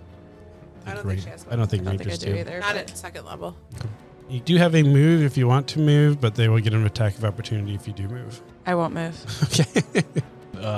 It's now the captain's turn. Captain sees the biggest threat as probably the little nimble rogue, needing that the rogue just did a massive one-shot on this. It's hired help. So I should have used my bonus action to hide. that would have helped, yeah. And then so he's going to pull up his crossbow and he like cocks it back and fires away. A 21 to hit, I assume hits. That does. 6 piercing damage. And then he's going to take a couple more steps back down the alleyway. So think of it like, 10 feet wide. You guys are in this alleyway and I imagine he's- there's barrels or boxes or crates, things. Yep, exactly. And he's putting some distance because he's using quote unquote ranged weapons. That's why he's getting distance between himself and this disaster that's happening in front of him. The other thug, he does not know what to do, but he's going to try to position himself so that he's got a little bit more cover. So I'm going to say he kind of gets behind a barrel a little bit, and then he's going to pull out his crossbow as well, and he's going to shoot at probably he wouldn't. I don't think he'd switch targets. So he is disengaging from you. So if you want, you can take a attack of opportunity, since he's kind of backing out of melee. So how it works is if you're backing out of melee, you're kind of quote unquote turning to run.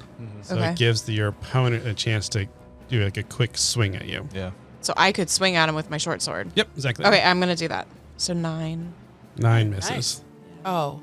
9 I misses. thought it was I damage. thought it was damage. Like, yeah. Yeah, right? No, okay. Yeah, so he Sorry about that. turns and he sees that his person that hired him is kind of making some distance. So he's like, that's probably a smart idea. So he hides behind like a barrel and shoots out his crossbow at you. It's a 21 to hit, and he does you 3 damage. Okay. And that is it for my thugs. All right, it's Big E's turn. So the lion is gonna attack the thug again, and we're gonna do another bite. That worked out well last time. And pack tactics. Pack tactics is if he's within 5 feet of an ally, right? Well, I'm still right next to him. It That's says- he backed away. The lion Oh. has advantage on an attack roll against a creature if at least one of the lion's allies is within 5 feet of the creature. Yeah, which is not the case anymore because he's backed away to get distance. Okay. But you can probably pounce, right? Is he 20 Are they feet away? 20 He's feet? not 20 feet. Okay, that's right. So I'm just gonna go up. The first time I rolled a 9. And 5 is 14. Yep, that hits. Perfect. 7 damage. Take a nice big bite of this nasty rat. I spit it out. All right, yet it's not to- a rat. It's a thug. It's a human being. Soon to Oh, be. Soon sorry, I to be. thought- Oh wait, I don't know that. Oh, I'm sorry. I thought they were rats trying to be They are were-rats. thugs trying to become were-rats. That's gross. No, everyone has their dream, okay? You would know probably just because of the fantasy world that were-rats are more powerful. Oh, okay. Got it. Okay. Kind of like a werewolf is stronger than both a man and a wolf. Okay. Same concept. So it's like this is like kind of like the thug kind of. Trying to gain more power. Yeah. Okay. He's trying to level up. He's trying. He's level up. He's not even trying to level up. Just trying to live his life, and Is that all Elliot's that's turn? all the lion can do. Okay. I'm going to move closer up towards Bryn. So that's about 10 feet, and then pull Yep. out my short bow and try and fire an arrow at him. He is harder to see for an arrow because he's got a lion on one side attacking him, but he was also standing behind the barrel. So you are still welcome to shoot because you can still see like his top half. Am I able to close that whole distance? Was that 25 feet or? I guess I didn't know if I was close enough. I would say gimbal would be tricky for you. Okay. Because of two reasons. One, if you run straight at him, you're going to be running at a barrel. Yeah. And you are a gnome. Okay. So you'd have to like climb up on the barrel to hit him, which would Yes. take some of your movement. And then next to him, you have a lion that's moving around, clawing stuff. So you'd have to run around the lion. Okay. You know what I mean? So Can we be like badass and have him be like, Bryn, shoot me up? And I can like put my hands out and like throw him And up I- in the air. Like, Well, let's see if I basket get it. toss 'em? Yes! Let's see if I get a natty 20 here, and we'll go with that. Yeah. so what I'm describing is Yeah. a feature in the game called partial cover. Okay. So what this thug did is he got behind something, so you can only see his top half. Yeah. So he gets a +2 to his armor class because you have less of a target to hit. Okay. Is that a Headshot. like standard thing? If you're in partial cover, you get +2. Yep. So partial cover is +2, 3/4 cover is +5, and then full cover is you can't be You hit can't. by Yeah. can't be hit by a ranged weapon. So you Okay. have to physically like go Yeah, up to him and get able to- around the cover. I guess every time we've played, I've always just had full coverage. Yeah, because you always hide behind things. Because Yeah. but now I like this. Yeah, that's good to know. That is good to know. That's why I'm trying to introduce Yeah, things. I as we appreciate go. that's it. really yeah, good. I like Yeah. it. Yeah. That'd All be right. good for we should bring that up on the podcast. Okay, probably should. All right, then I'm going to go with my original plan. It's just get a little closer and fire that short bow and right. aim for their eye. Aim for the Call part you shot. can see. Yep. Yeah. Right or left? Just kidding. Yeah. Let's see. 21. Yeah, that still Nice. hits. Yeah. Nice. Cover doesn't really matter for him with that. So that was with the short bow. 6 damage. Thug is looking a little bloodied, but not like he still has strength in him. Like you'd still be dangerous to be right up next to. So I think that brings Bryn. us to Bryn. Gimbal standing next to you now. Where's the captain? Like, can I see the captain? Can I try to shoot a longbow to the captain? Yeah, you can try to shoot. You have a longbow, so it has better range than the crossbows. So he's Okay. staying within range of his crossbow while he's backing up. So yeah, he'd be in Okay. range for you. I'm gonna try to shoot him with the longbow because I see like Gimbal and the lion are closer to the thug. They can probably Okay. take him out. Also, you'll probably need to step out, like to the side, so you can get a better. Yeah, so I will do that. I'll arrange myself so I have a better shot with a 19. That's gonna Plus- hit. Yeah, So go ahead and roll your damage. 8. Nice. 8 plus your You are dexterity. Plus my modifier. crushing dex. it. Yeah, which is 3, so 11. All right. So this guy takes a strong shot in the shoulder and kind of whimpers a little bit and hides down behind some barrels.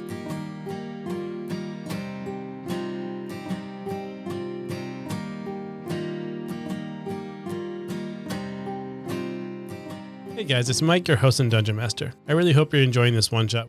If you're enjoying the content, please share it with your friends. Let them know about this exciting podcast. And then also make sure to check out our actual podcast, Carriage Rest Tales. You can find Carriage Rest Tales on any of the podcast platforms or on the website where you're listening to this episode as well. In addition, if you are enjoying the podcast, please consider giving us a 5-star review. That's going to increase our visibility and hopefully get us out there in front of more listeners.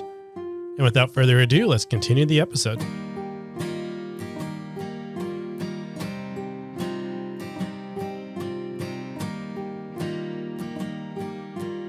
All right, so it's the captain's turn. Yep. Captain is going to kind of cherry pick his way back to another set of barrels, and he's going to crouch behind it and just like rest his crossbow on top of it. So he's going to have 3/4 cover, and his main threat right now is Bryn, because she's the one that is able to actually still reach him with an attack. So he's going to attack at Bryn with his crossbow. 14 to hit. Nope. All right, and so it She's like, aims a little wide, and then you see him trying to start loading up his next round. The thug is kind of in a panic at this point because he wants to turn and run, but he also has a lion that is right there next to him. So he knows as soon as he turns his back, he's going to just get pounced on. Yeah. So he's just going to try to take out that issue first. So he's going to do a multi-attack on the lion next to him. That's me. An 11, Misses. 20. Hits. So you take 6 bludgeoning damage from their mace. I think it's kind of fitting that the captain keeps missing because he's such a coward. Yeah. Yeah. Like he's not good. And that brings us up to... Well, it's my turn. I will close the rest of the distance in trying to get into melee and attack with my rapier. All right, so question. Are you going to climb up on the barrel that's in front of him, or are you going to run around the lion? You can do either. I'm going to climb up on the barrel. Okay, so you climb up on the barrel and swing away. 11. 11 meets because he doesn't have his cover anymore. 10. Okay, you also get sneak attack because you have an ally within. Thank you for 5 feet reminding of me. him. Yep. Oh, and that's another 6. All right. You So thought it was a 16. 9, didn't you? Well, no, I knew it I was a said, 6. no, I know. I was more I'm thinking. like, that's weird. Whoa. That 9 shouldn't show up on that dice. I was more thinking. I just rolled the max aloud. Yeah, you maxed at Yeah. both. Yeah. Yeah. Yeah, that's awesome. Max damage on your normal attack there. Nicely done. So 16 damage. Thug falls to one knee and says like, "Mercy, mercy." It's up to you guys if you want to give it to him. That's what he's asking for.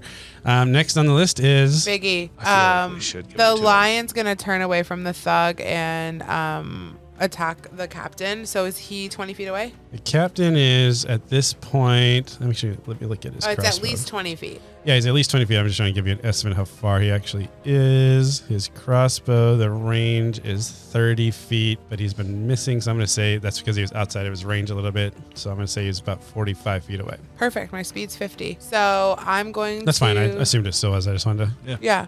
I'm going to pounce on the lion. So let's see if I hit him. Bounce on the On the captain. on the were rat. On the Also were-rat. the captain. Yeah, 9. You missed because he's standing behind those barrels. So Okay. like you landed on the barrels, Yeah. but you did successfully pin his crossbow down because you're Okay. standing like on his crossbow because he was resting it on the barrels. Okay, great. Nice. It's Bryn's turn. Okay, so the lion is on top of the crossbow. I probably can't see the captain. I'd say the captain is full cover from you right now. Yeah. Okay, so he's okay. Well, I'll just move closer to probably Gimbal, just in case the thug tries to do something or the captain. But I can't really. You want to take him up on his mercy? I don't know. Maybe I'll just hold my short sword and kind of debate what we do. Keep him. We'll keep him pinned down. I'd like to question this guy. Yeah, but I don't think Bryn's gonna do anything because she doesn't want to shoot the lion either, and she seems to have a shoot good the lion? right. She seemed Oh, that's how that works. Yeah, Yes, that's how that works. No friendly fire. no Okay. friendly fire. Yeah, right. And Elliot's got the crossbow down. So Captain. All right, captain is going to ignore his crossbow and run fleeing. So you get an attack of opportunity as he's running away. Okay. I'm going to attack. 14. Yep, that hits. Ooh, 8. 11 damage. And he's going to take that 11 damage, but he's going to move his max distance plus his, he's going to use his action to take dash. So he can move a total of 60 feet to try to get, he's just arms flailing. Oh my gosh. How many feet did he go? He went 30 feet for his movement, Uh-huh. and then instead of attacking, he's using his action to do dash, Okay. which lets him move another movement, so 30 feet. So he's moved 60 feet total. Okay, that's what dash is because I have that as a Yeah, option. so Yeah. rogues So- get it as a bonus action. Yeah. So you, as a rogue, can technically move very far. Yeah. Because you can take a move. I think you can only take the dash action, or I don't think you can take dash twice. So Yeah, It yeah, gives it's you- a bonus action. Yep. Dash, hide, or disengage. yeah, and the idea is for that, the rogue can come in, attack something, and then run away. Yeah. All right, it's the thug's turn. All right, the thug is now seeing that the cat has ran away, that he was really, really nervous about, is going to use his mace to kind of hit your sword so it's not pointing directly at him. And he's just going to push the gnome over as you're standing on those you're standing on those barrels. Then he's going to try to run away. So, like he sees his opportunity that the really fast cat's not here anymore. So he's like, so you see him like just use his mace to hit your sword out of the way. And then he just drops his mace because he wants as light as possible and then just pushes the rogue and tries to run away. Okay. I'm going to give you guys both an attack of opportunity at disadvantage if you want to take it. do you, I'd like to capture him. I don't want to kill him, I mean, at this point, That's up to you guys. but I don't see a way that we're going to be able to capture him. So can our attack be to grab him? Sure, you can try to pin him down. Okay. Do you want to try to I pin him can't down? pin him down. I love that you know your size. I'm 2'4". What am I doing? Okay. I can grab a hold of his ankle. His dead weight. Would you rather the thug or the captain? First, we're going to have Gimbal do a dexterity saving throw. You can have advantage because you are a rogue. First one is 8. Second one is 6. Okay, so Gimbal, as this guy's action, was pushing Gimbal. So Gimbal does fall off the barrel. You don't have to take any damage. You just fall on your back on the other side of a barrel. And then, so I guess he's not going to attack of opportunity. Bryn, you would, though, if you want to take it. A little part of me wants to just go after the captain. I don't know if the thug is anything at all. I don't know if you're going to catch the captain. I have a longbow Go for it. with a 80 foot, right? Or 120? 120? Yeah. Go for it. But wait, is her attack of opportunity? She can't shoot the captain. You can Yeah. only Oh, attack the thug. I might as well attack the thug then. So that was 7. 7 plus your stuff. Yeah, so it's 7 plus 5. So 12. 12. Hits him. Okay. 4 plus Alright. dexterity, 3, 7. So you're able to slash him as he tries to run away from you, and then he also falls, perished. Sorry, Gimbal. It's okay. Well, you guys had a good intention. He just He didn't- ran away. Yeah, he tried to. He thought he had an opportunity there. He didn't. All right. You We don't overplayed need any his more hand. were-rats. It's Big E's turn, and he's going after the captain. He's over this BS. So I can go 50 feet. Okay, he went 60. He went 60. So 50 feet is your movement. Uh-huh. So you can take the dash as your action, but then you won't be able to attack. But I can do a running leap. With a 10-foot running start, the lion can long jump up to 25 feet. Sounds like you can make it. So if I run and then leap, I can leap on top of him Yep. and pin him to the ground. Is that what you're going for? That's what I want to do. Can I also attack or no? I don't know how running leap works. It doesn't say. We could just say you can, and then I'll look it up later. Yeah, let's do that. Okay, I'm going to do it. Well, I got a 9. All right, so you tried, you But pinned him. But I pinned him down, but I got him down. Yep. Okay. Who's up now? Okay. I'm going to move my 25 feet closer to the captain and use my short bow. Okay. The lion's on top of the captain. And what's your range on the short bow? So what is this? What I looked up? It said 80-320 two-handed. Okay, yeah. So what that is, two-handed weapon, Yeah. and 80 means you can shoot with just normal within 80 feet, but then between 81 feet and 320 feet, you can still make that distance, but it's at disadvantage because Okay. they're so far away. Understood. All right. Um, Well, with the lion covering him, I'm probably just going to use dash and cover 50 feet and get a so little you're gonna closer. get a little bit closer. I think math-wise, they're still about 50 feet from you. We're trying to keep up. Okay. They're just very My, fast. my little legs can only carry me so My far. little legs.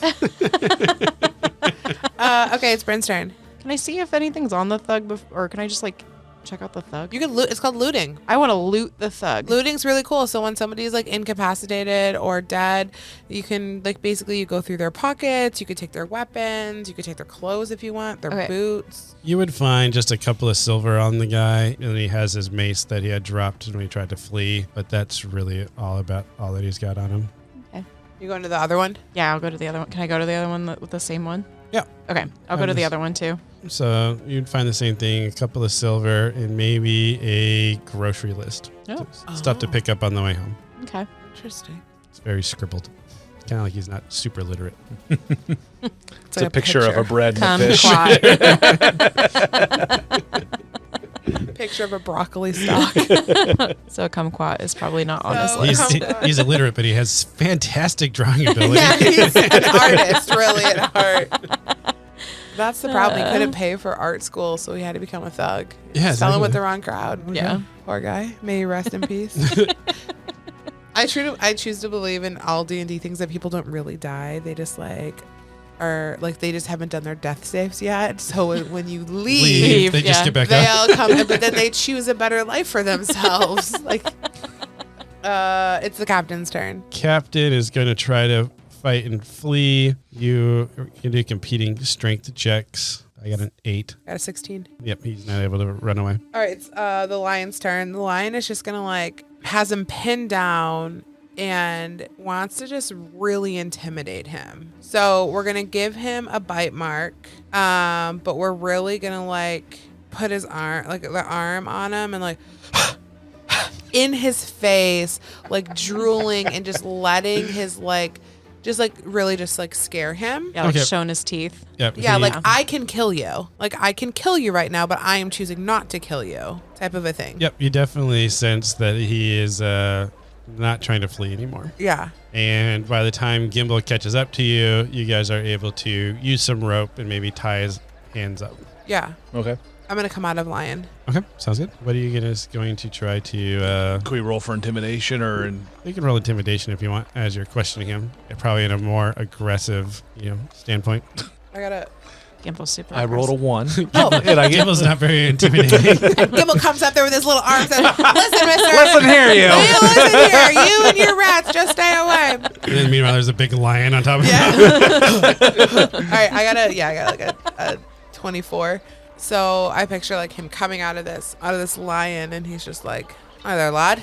Are we about to done? Are we about to done with this? This is our second time we've had encounters with you. You think seeing the big scary lion once would be enough?" He doesn't really have much to say in response. Kind of scared of you. Yeah, I didn't And- think you'd have much to say. So here's the thing: you see us, you go the other way.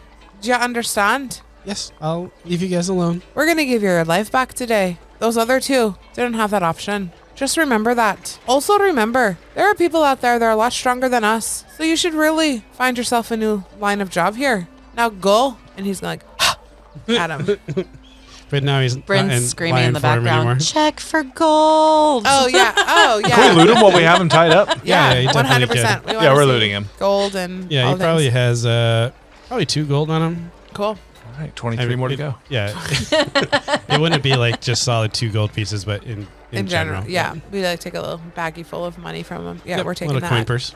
Anything else on him? He dropped his crossbow already. He probably has a sword that you probably would take as well, or at least not let him have. Yeah, It's up to you. Yeah, we'll take his weapons. Yeah. Oh, Bryn says, take his weapon. Yeah. How many As you're weapons? like sorting through pockets. Yeah.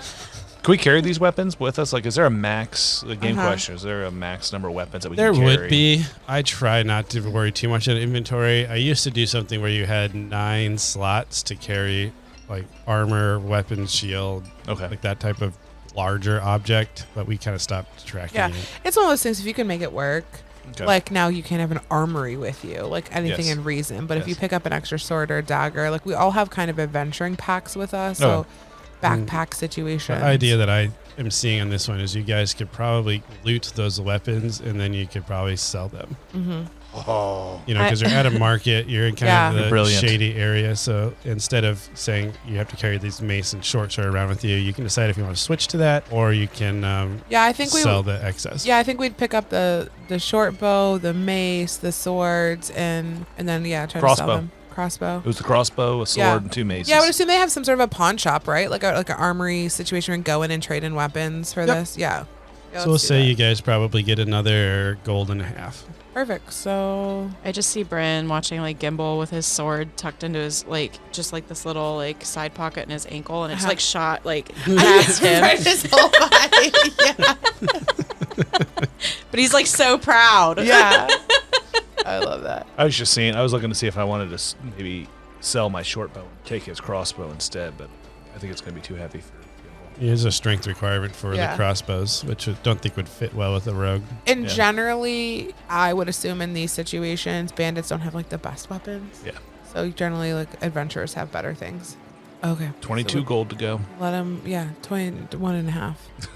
So I feel like at this time, is it about time to go meet our Yeah, I would say, let's circle back to the office and Yeah. see if our friends are there so we can figure out what's going on. You guys are outside. You haven't entering the building yet. all right. Well, that was a fun scrap there, wasn't it?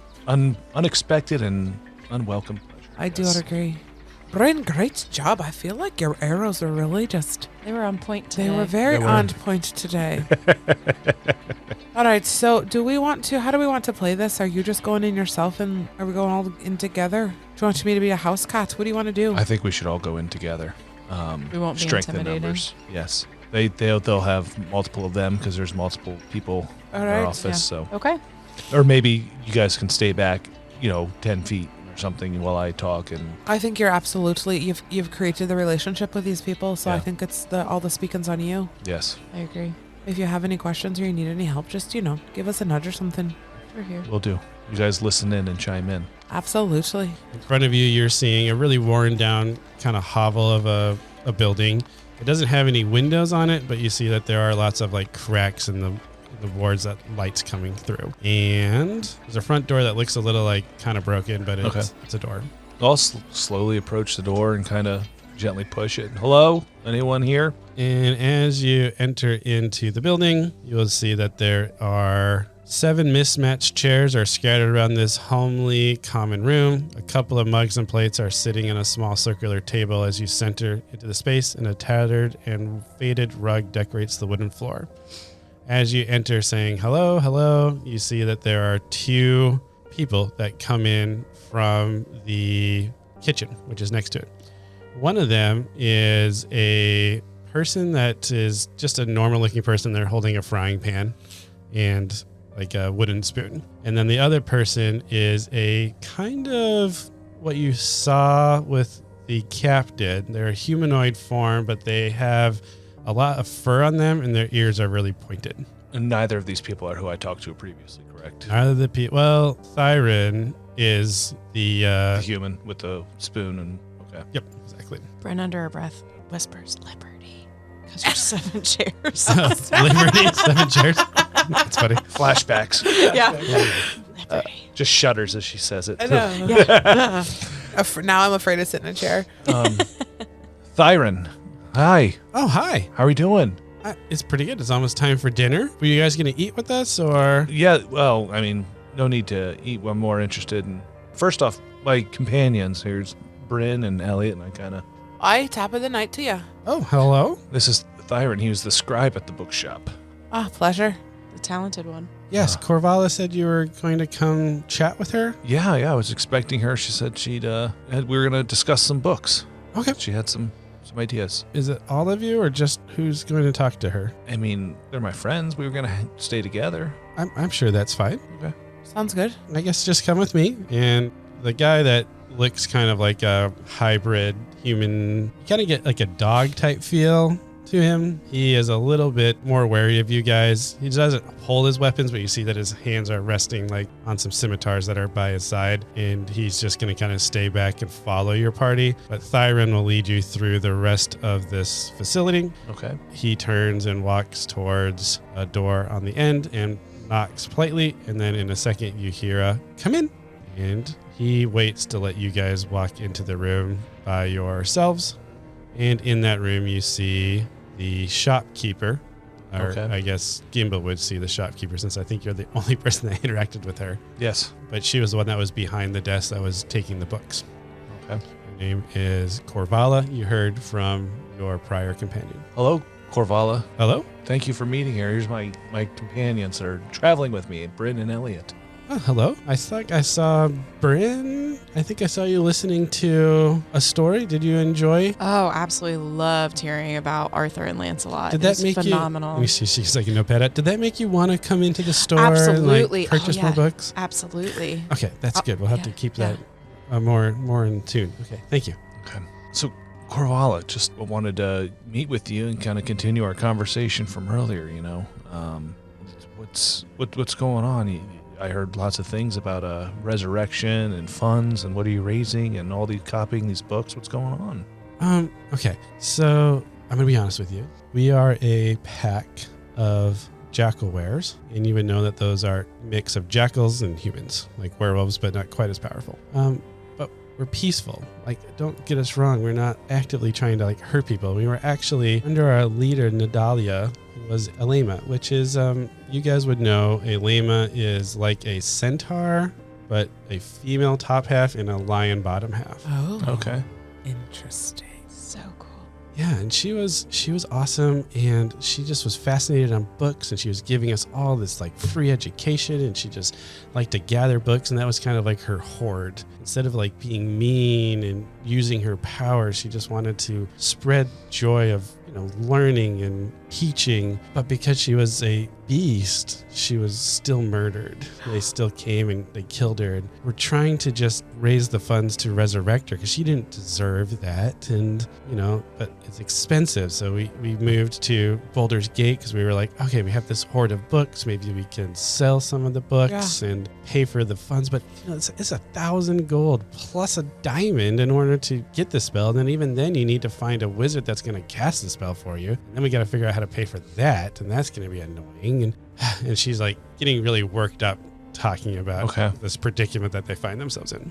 Matrius. That's what I was thinking. Maybe you can gain a favor from a wizard we know by helping us. helping Give us him. with the book. You guys have a wizard We that do. would be able to do a favor for us? Alas, we Only do. if you do a favor for him. This man is very transactional. I think That's what it seems to be with wizards. But can I ask you, who killed your fearless leader? I mean, it was just some adventurers that probably mistook her for some beast, and they needed sometimes adventurers, they don't stop and talk to you. They just assume the worst, or they want a trophy for some noble. That you sense that she's very, she's confused as to why it happened, but through her story, you realize that it's probably because their prior leader was more of like a mystical being. Okay. And you kind of get to the point that it was probably some noble wanted a trophy. And where was she murdered? In our old hideout, we couldn't stay there Where- after that. Where's this hideout? I don't know where. Okay, that's fine. I was just making sure it wasn't Candlekeep. Oh, yeah. No, it would have been some, not like a city. It would have been like some mountain range. You know, Okay. like Okay. If we could find you a wizard that could do this for you, maybe at a discounted price or possibly even for free, would you help us help you? yeah, I think we could probably make an arrange, especially if you guys have a wizard that can possibly cast this spell for us. He just may. I'm pretty sure he can. I just don't know if you help us. That's really helping us, not necessarily helping him. But he does owe us 3 favors, He does. and the thing we're asking for is really only one. It is. Correct. So maybe we can cash in one of ours for her. Yes. And you give me one of your favors. I think so. We really need that book. We need that book, and we also are wondering. We came from Candlekeep. Do you All know these about this? mysterious books are transforming, and they're hurting people. And she kind of gets a little bit more nervous and more embarrassed, and she's like, what have the books got to Candlekeep? 2 of them, actually. Yes. 3. 3 of 3. them. Oh. I think that's right. But they've all been destroyed. We destroyed one ourselves. Yeah. Yes. Which is- 3 books turned. 2 were traced back to your shop based on the people we talked. Oh, well, we can't have people coming back to the shop. That's going to put us back on our goals. And you sense that she's not really like upset that Yeah. people got attacked by the Yeah, books, but yeah. more upset that So all it's right, like we can't bad have publicity. this bad publicity Yeah. impact our bottom line. And she's like flipping through. She's like, we might have to, and she starts just talking to herself. We might have to move shops, maybe change the name. You know, like I don't think. not saying let's stop selling these Yeah. books. That's Right. not going to solve the Are problem. Are all the koala. books like this? Oh, no. We have Thyra, and he can make copies of the simple books. But to be able to sell the more exquisite books, we need the covers. We need everything to be identical. We can't make it look like it was a copy. And then as she's talking, Gimbal, you remember that when you were looking in the store and kind of perusing the store, the rare books, they looked old. Like Yes. the bindings on them looked old and tattered. Ah. And like the material was like leather finishes and that type of stuff. But then the other books that they had multiple copies of were very much like a very new, like Yeah. parchment, new seals. So you get the idea that yes, Thyron does make copies of books, but it's just copies of the basic books. So Yes. they have more of an inventory. And then she's like, but Siren's abilities we can't replicate, and it would be too expensive to try to replicate the bindings and the covers and the old parchment. But I actually know a spell. Our former leader, Nadalia, taught me how to make objects. Interesting.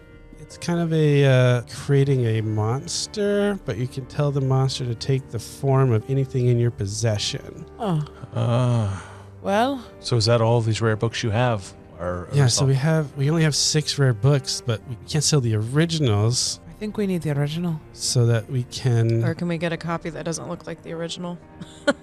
I would much rather go with your route. I think it was Bryn. Yeah.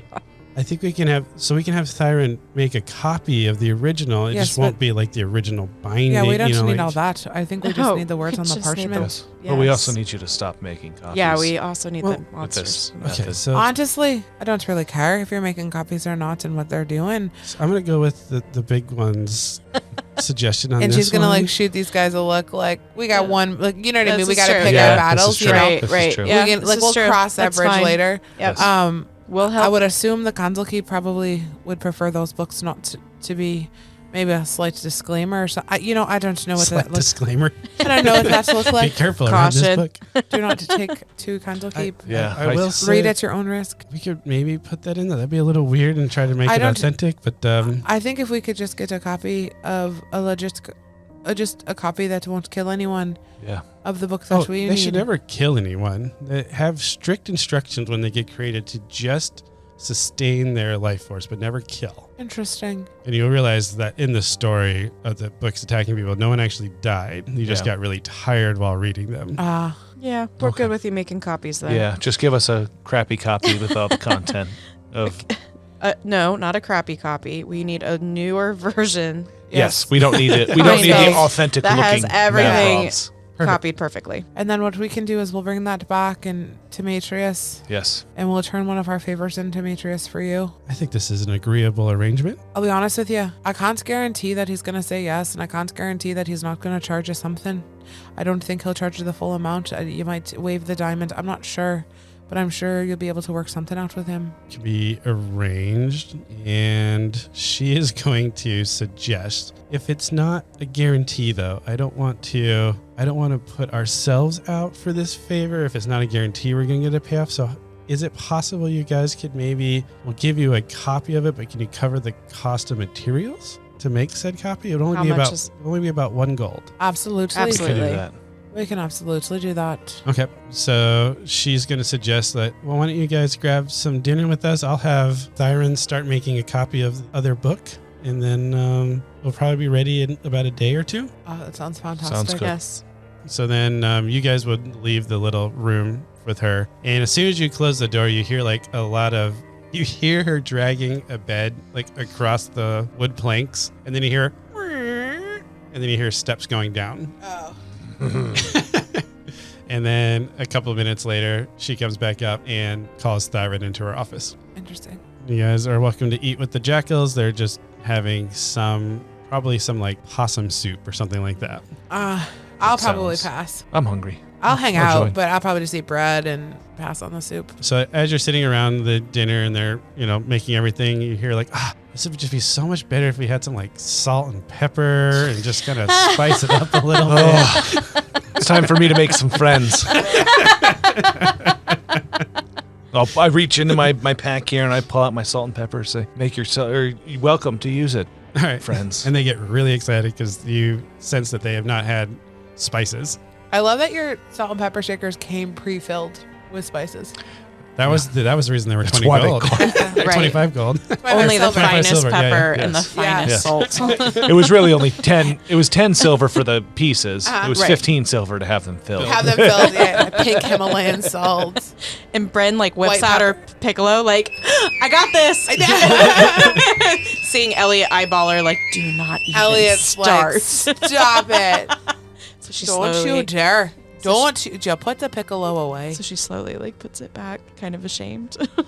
So I'll say for the next 2 days, it's going to take Thyron to make this copy. You're welcome to stay with the Werejackals in their hideout, or you can stay at your inn. They are fine with either. It is up to you guys. I think we'll stay. I would prefer to stay at the end. Yeah. I think. I always hate being a Okay. nuisance. I was going to stay with the hideout. You just can to, stay with them. No, I'm not splitting the party. He said with fear in his eyes. We're coming back to the inn. We'll be back in 2 days. And 2 days later, you guys are able to pick up your book. It's just a very basic book, but it does have a nice binding. You can tell that Right. Thyron is an artist in his own way, but you have all the spells and everything that was included in the book, and you start making your way back to Matrice's hideout. I assume you're not going back to Candlekeep. No, there'd be no reason to. No, I think we go back to Matrius. Okay. When you get to Matrice's house a couple of days later, you find that there is a seagull type bird, but it's a solid blue, and it's sitting on a little landing pad outside of his house. And as soon as you see it, it says, "Well, I think there might be a problem. I need you to come rescue me. I'm at the Moon Circle. They kind of maybe imprisoned me." And then the little seagull bird just poofs out of existence. Well, we called that, didn't we? Yeah. It was a tweet.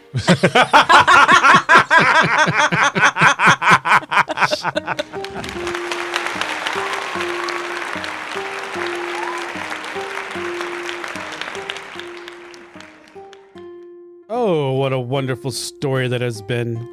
Thank you for joining us on that adventure. We hope we'll see you again at the Carriage Rest Inn.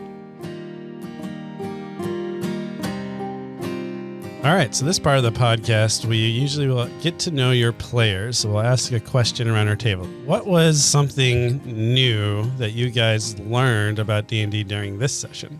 The hiding and the extra armor it gives you. Yeah. The 20 or half hiding, 3/4 or whatnot. Yeah, so the partial cover, Yeah, partial 3/4 cover, covers, yeah. and full cover. Yeah. And then the like the disadvantage with the exhaustion, and then the Not a fan of like- exhaustion. no, and like when the enemy, like the captain or stuff, ran away, you had an extra the attack of opportunity. an attack of opportunity. That was fun. That was. So yeah, it's just slowly starting to build out what you can do in the world. D&D, a lot of people are like, oh, it's like a video game where you just go like hit something. But really you have a lot more openness that you can do, like hide behind barrels. And Yeah. like AJ had even brought up there was barrels. Like that wasn't in my plan until I was like, oh, you're in this alleyway. You're like, oh, you're probably like barrels and crates and stuff. And I was like, of course. Yes, there is. Now we can play with that. Bryn really liked the looting too. The looting thing? Oh yeah. She really dug that. Yeah. I think I always playing with in my mind it's not a video game. It's almost like a choose your own adventure with an infinite number of options. choices. Opportunity. Exactly. Yep. And that's so like the looting is fun, but then also it brings in the challenge because in our table we don't really track money too much. But you can sense now, like this session, I was like, oh, it's like this much silver, this much gold. Yeah. That starts getting into it can be fun to do that because then you're like, oh, we really can't afford that, but we can do this. Yes. We can do Yeah. this. How do we like raise funds? Yeah. Right. So I need to try to find that balance, which I'm still not amazing at doing, just because we've never had to in the past. But I think it's an element I kind of miss out on with the way I run my games. Yeah. It was kind of fun because we're like, we can't get that book. Oh my gosh, 25 gold. We don't have near enough. Yeah. You can almost get like some play coins in a little pouch and Oh yeah. You could You- like you like- you have a actual- bank? Actual and bank. like yeah. I would love that idea. Yeah. Fake Monopoly money. I'm picturing like the little plastic coins when they teach you in first grade how to count Yeah, money. the Yeah. cardboard coins or whatever. Yeah. Oh, they have good plastic ones too that are real cheap. Yeah. Go to like a teacher store. It's a good idea. I like it was cool for me because you guys are so fresh at playing that like I'm watching you play and then also watching Mike DM, so like seeing the things you are picking up on but then the things you're not picking up on, and like I'm like, oh, and then I'm watching Mike like try to get you to Like struggling like, you know what I mean? Like try to get you to like drop this, Yes. drop that. And I'm just like, okay, like, so I feel like your DMing is getting better. And then like just me as a player is like getting better because I'm like, oh, okay. So now I'm like, how many times in our campaign have you done that? And I'm like, in my mind, I'm like, I'm going to do X, Y, Z. But to stop and listen, like literally listen to the information he's trying to give me Yeah. and not trying to think about the information I want to get from him because they're different. Yeah. That was when you interjected when I was in the scene in the little shop there. I appreciated that. Yeah. I know that there's something more that I can do and I want to do, but I don't know what it is. Yeah. I never thought like, oh my gosh, yeah, you were doing that. And then like, let's add like, how long have you been doing this? Yeah. Where are like- you putting the funds? In my mind, I'm like, they want to resurrect somebody, and it's probably that gnome, that little one killed. And like, I'm going in my entire different backstory. We've got these. She's just connecting all the NPCs. Yeah. Katie's made her own adventure in her head. It's all a massive conspiracy between the werewolves, the were-rats. And the gnomes. The little one, little G, big E. What's Yes. happening? What is happening? Oh my gosh. Yeah, it's all a huge circle. It is All a right. huge And, circle. And I then, just like- connected it all. The part that's fun for me is like I did not have a plan for Matrix to get imprisoned by the circle of Yeah. whatever. Oh my God, Until I brought it set up. you up. Until you guys rolled that you were going to create an enemy, and I was like, all right, this Yeah. is going to happen. Yes. Yeah. Yeah. Great. Now they hate Matrix. I So bet. that's fun. But hey, we'll be able to cross whatever river we need to. Yeah, Yeah, exactly. literally. Right. We still have all 12 coupons. We have all 12 All 12. coupons. And that's the fun part about the cooperative story part of D&D. And Yeah. that's why I try to do those things. I It's loved like, it. oh, it makes It's it so much easier for much me to fun. plan. Because I'm like, Yeah. oh, now I need to Yeah. plan this adventure. You know, like, Yeah. so- And it's fun to listen to because then they're like, oh, no, they did not Yes. just do that. Like, oh, I forgot about that. Or, when things come back around. Oh, yeah. I think that's one of my favorite parts that we really got into it this game was Yeah. the just adding on top of each other as Yeah. we're trying to build whatever scenario is going on here. Yeah, the role playing. That's the Yes. fun part is the role playing and the storytelling and, Oh, yeah. and just the pure like improv and stuff Yes. like that. All right. Well, I'm not sure when the next episode will happen, but we'll continue One the story day. when that comes. Yes. All right. Talk to you later. Hey guys, it's Mike, your host and Dungeon Master at Carriage Rest Tales. I just want to say thanks for taking the time to listen to our podcast. It really means a lot to us. If you are enjoying the content and you haven't already, please give us a 5-star review. It's really going to help us grow our listenership and be able to reach more people. I also want to give a special thanks to Tabletop Audio for providing the background music for today's episode.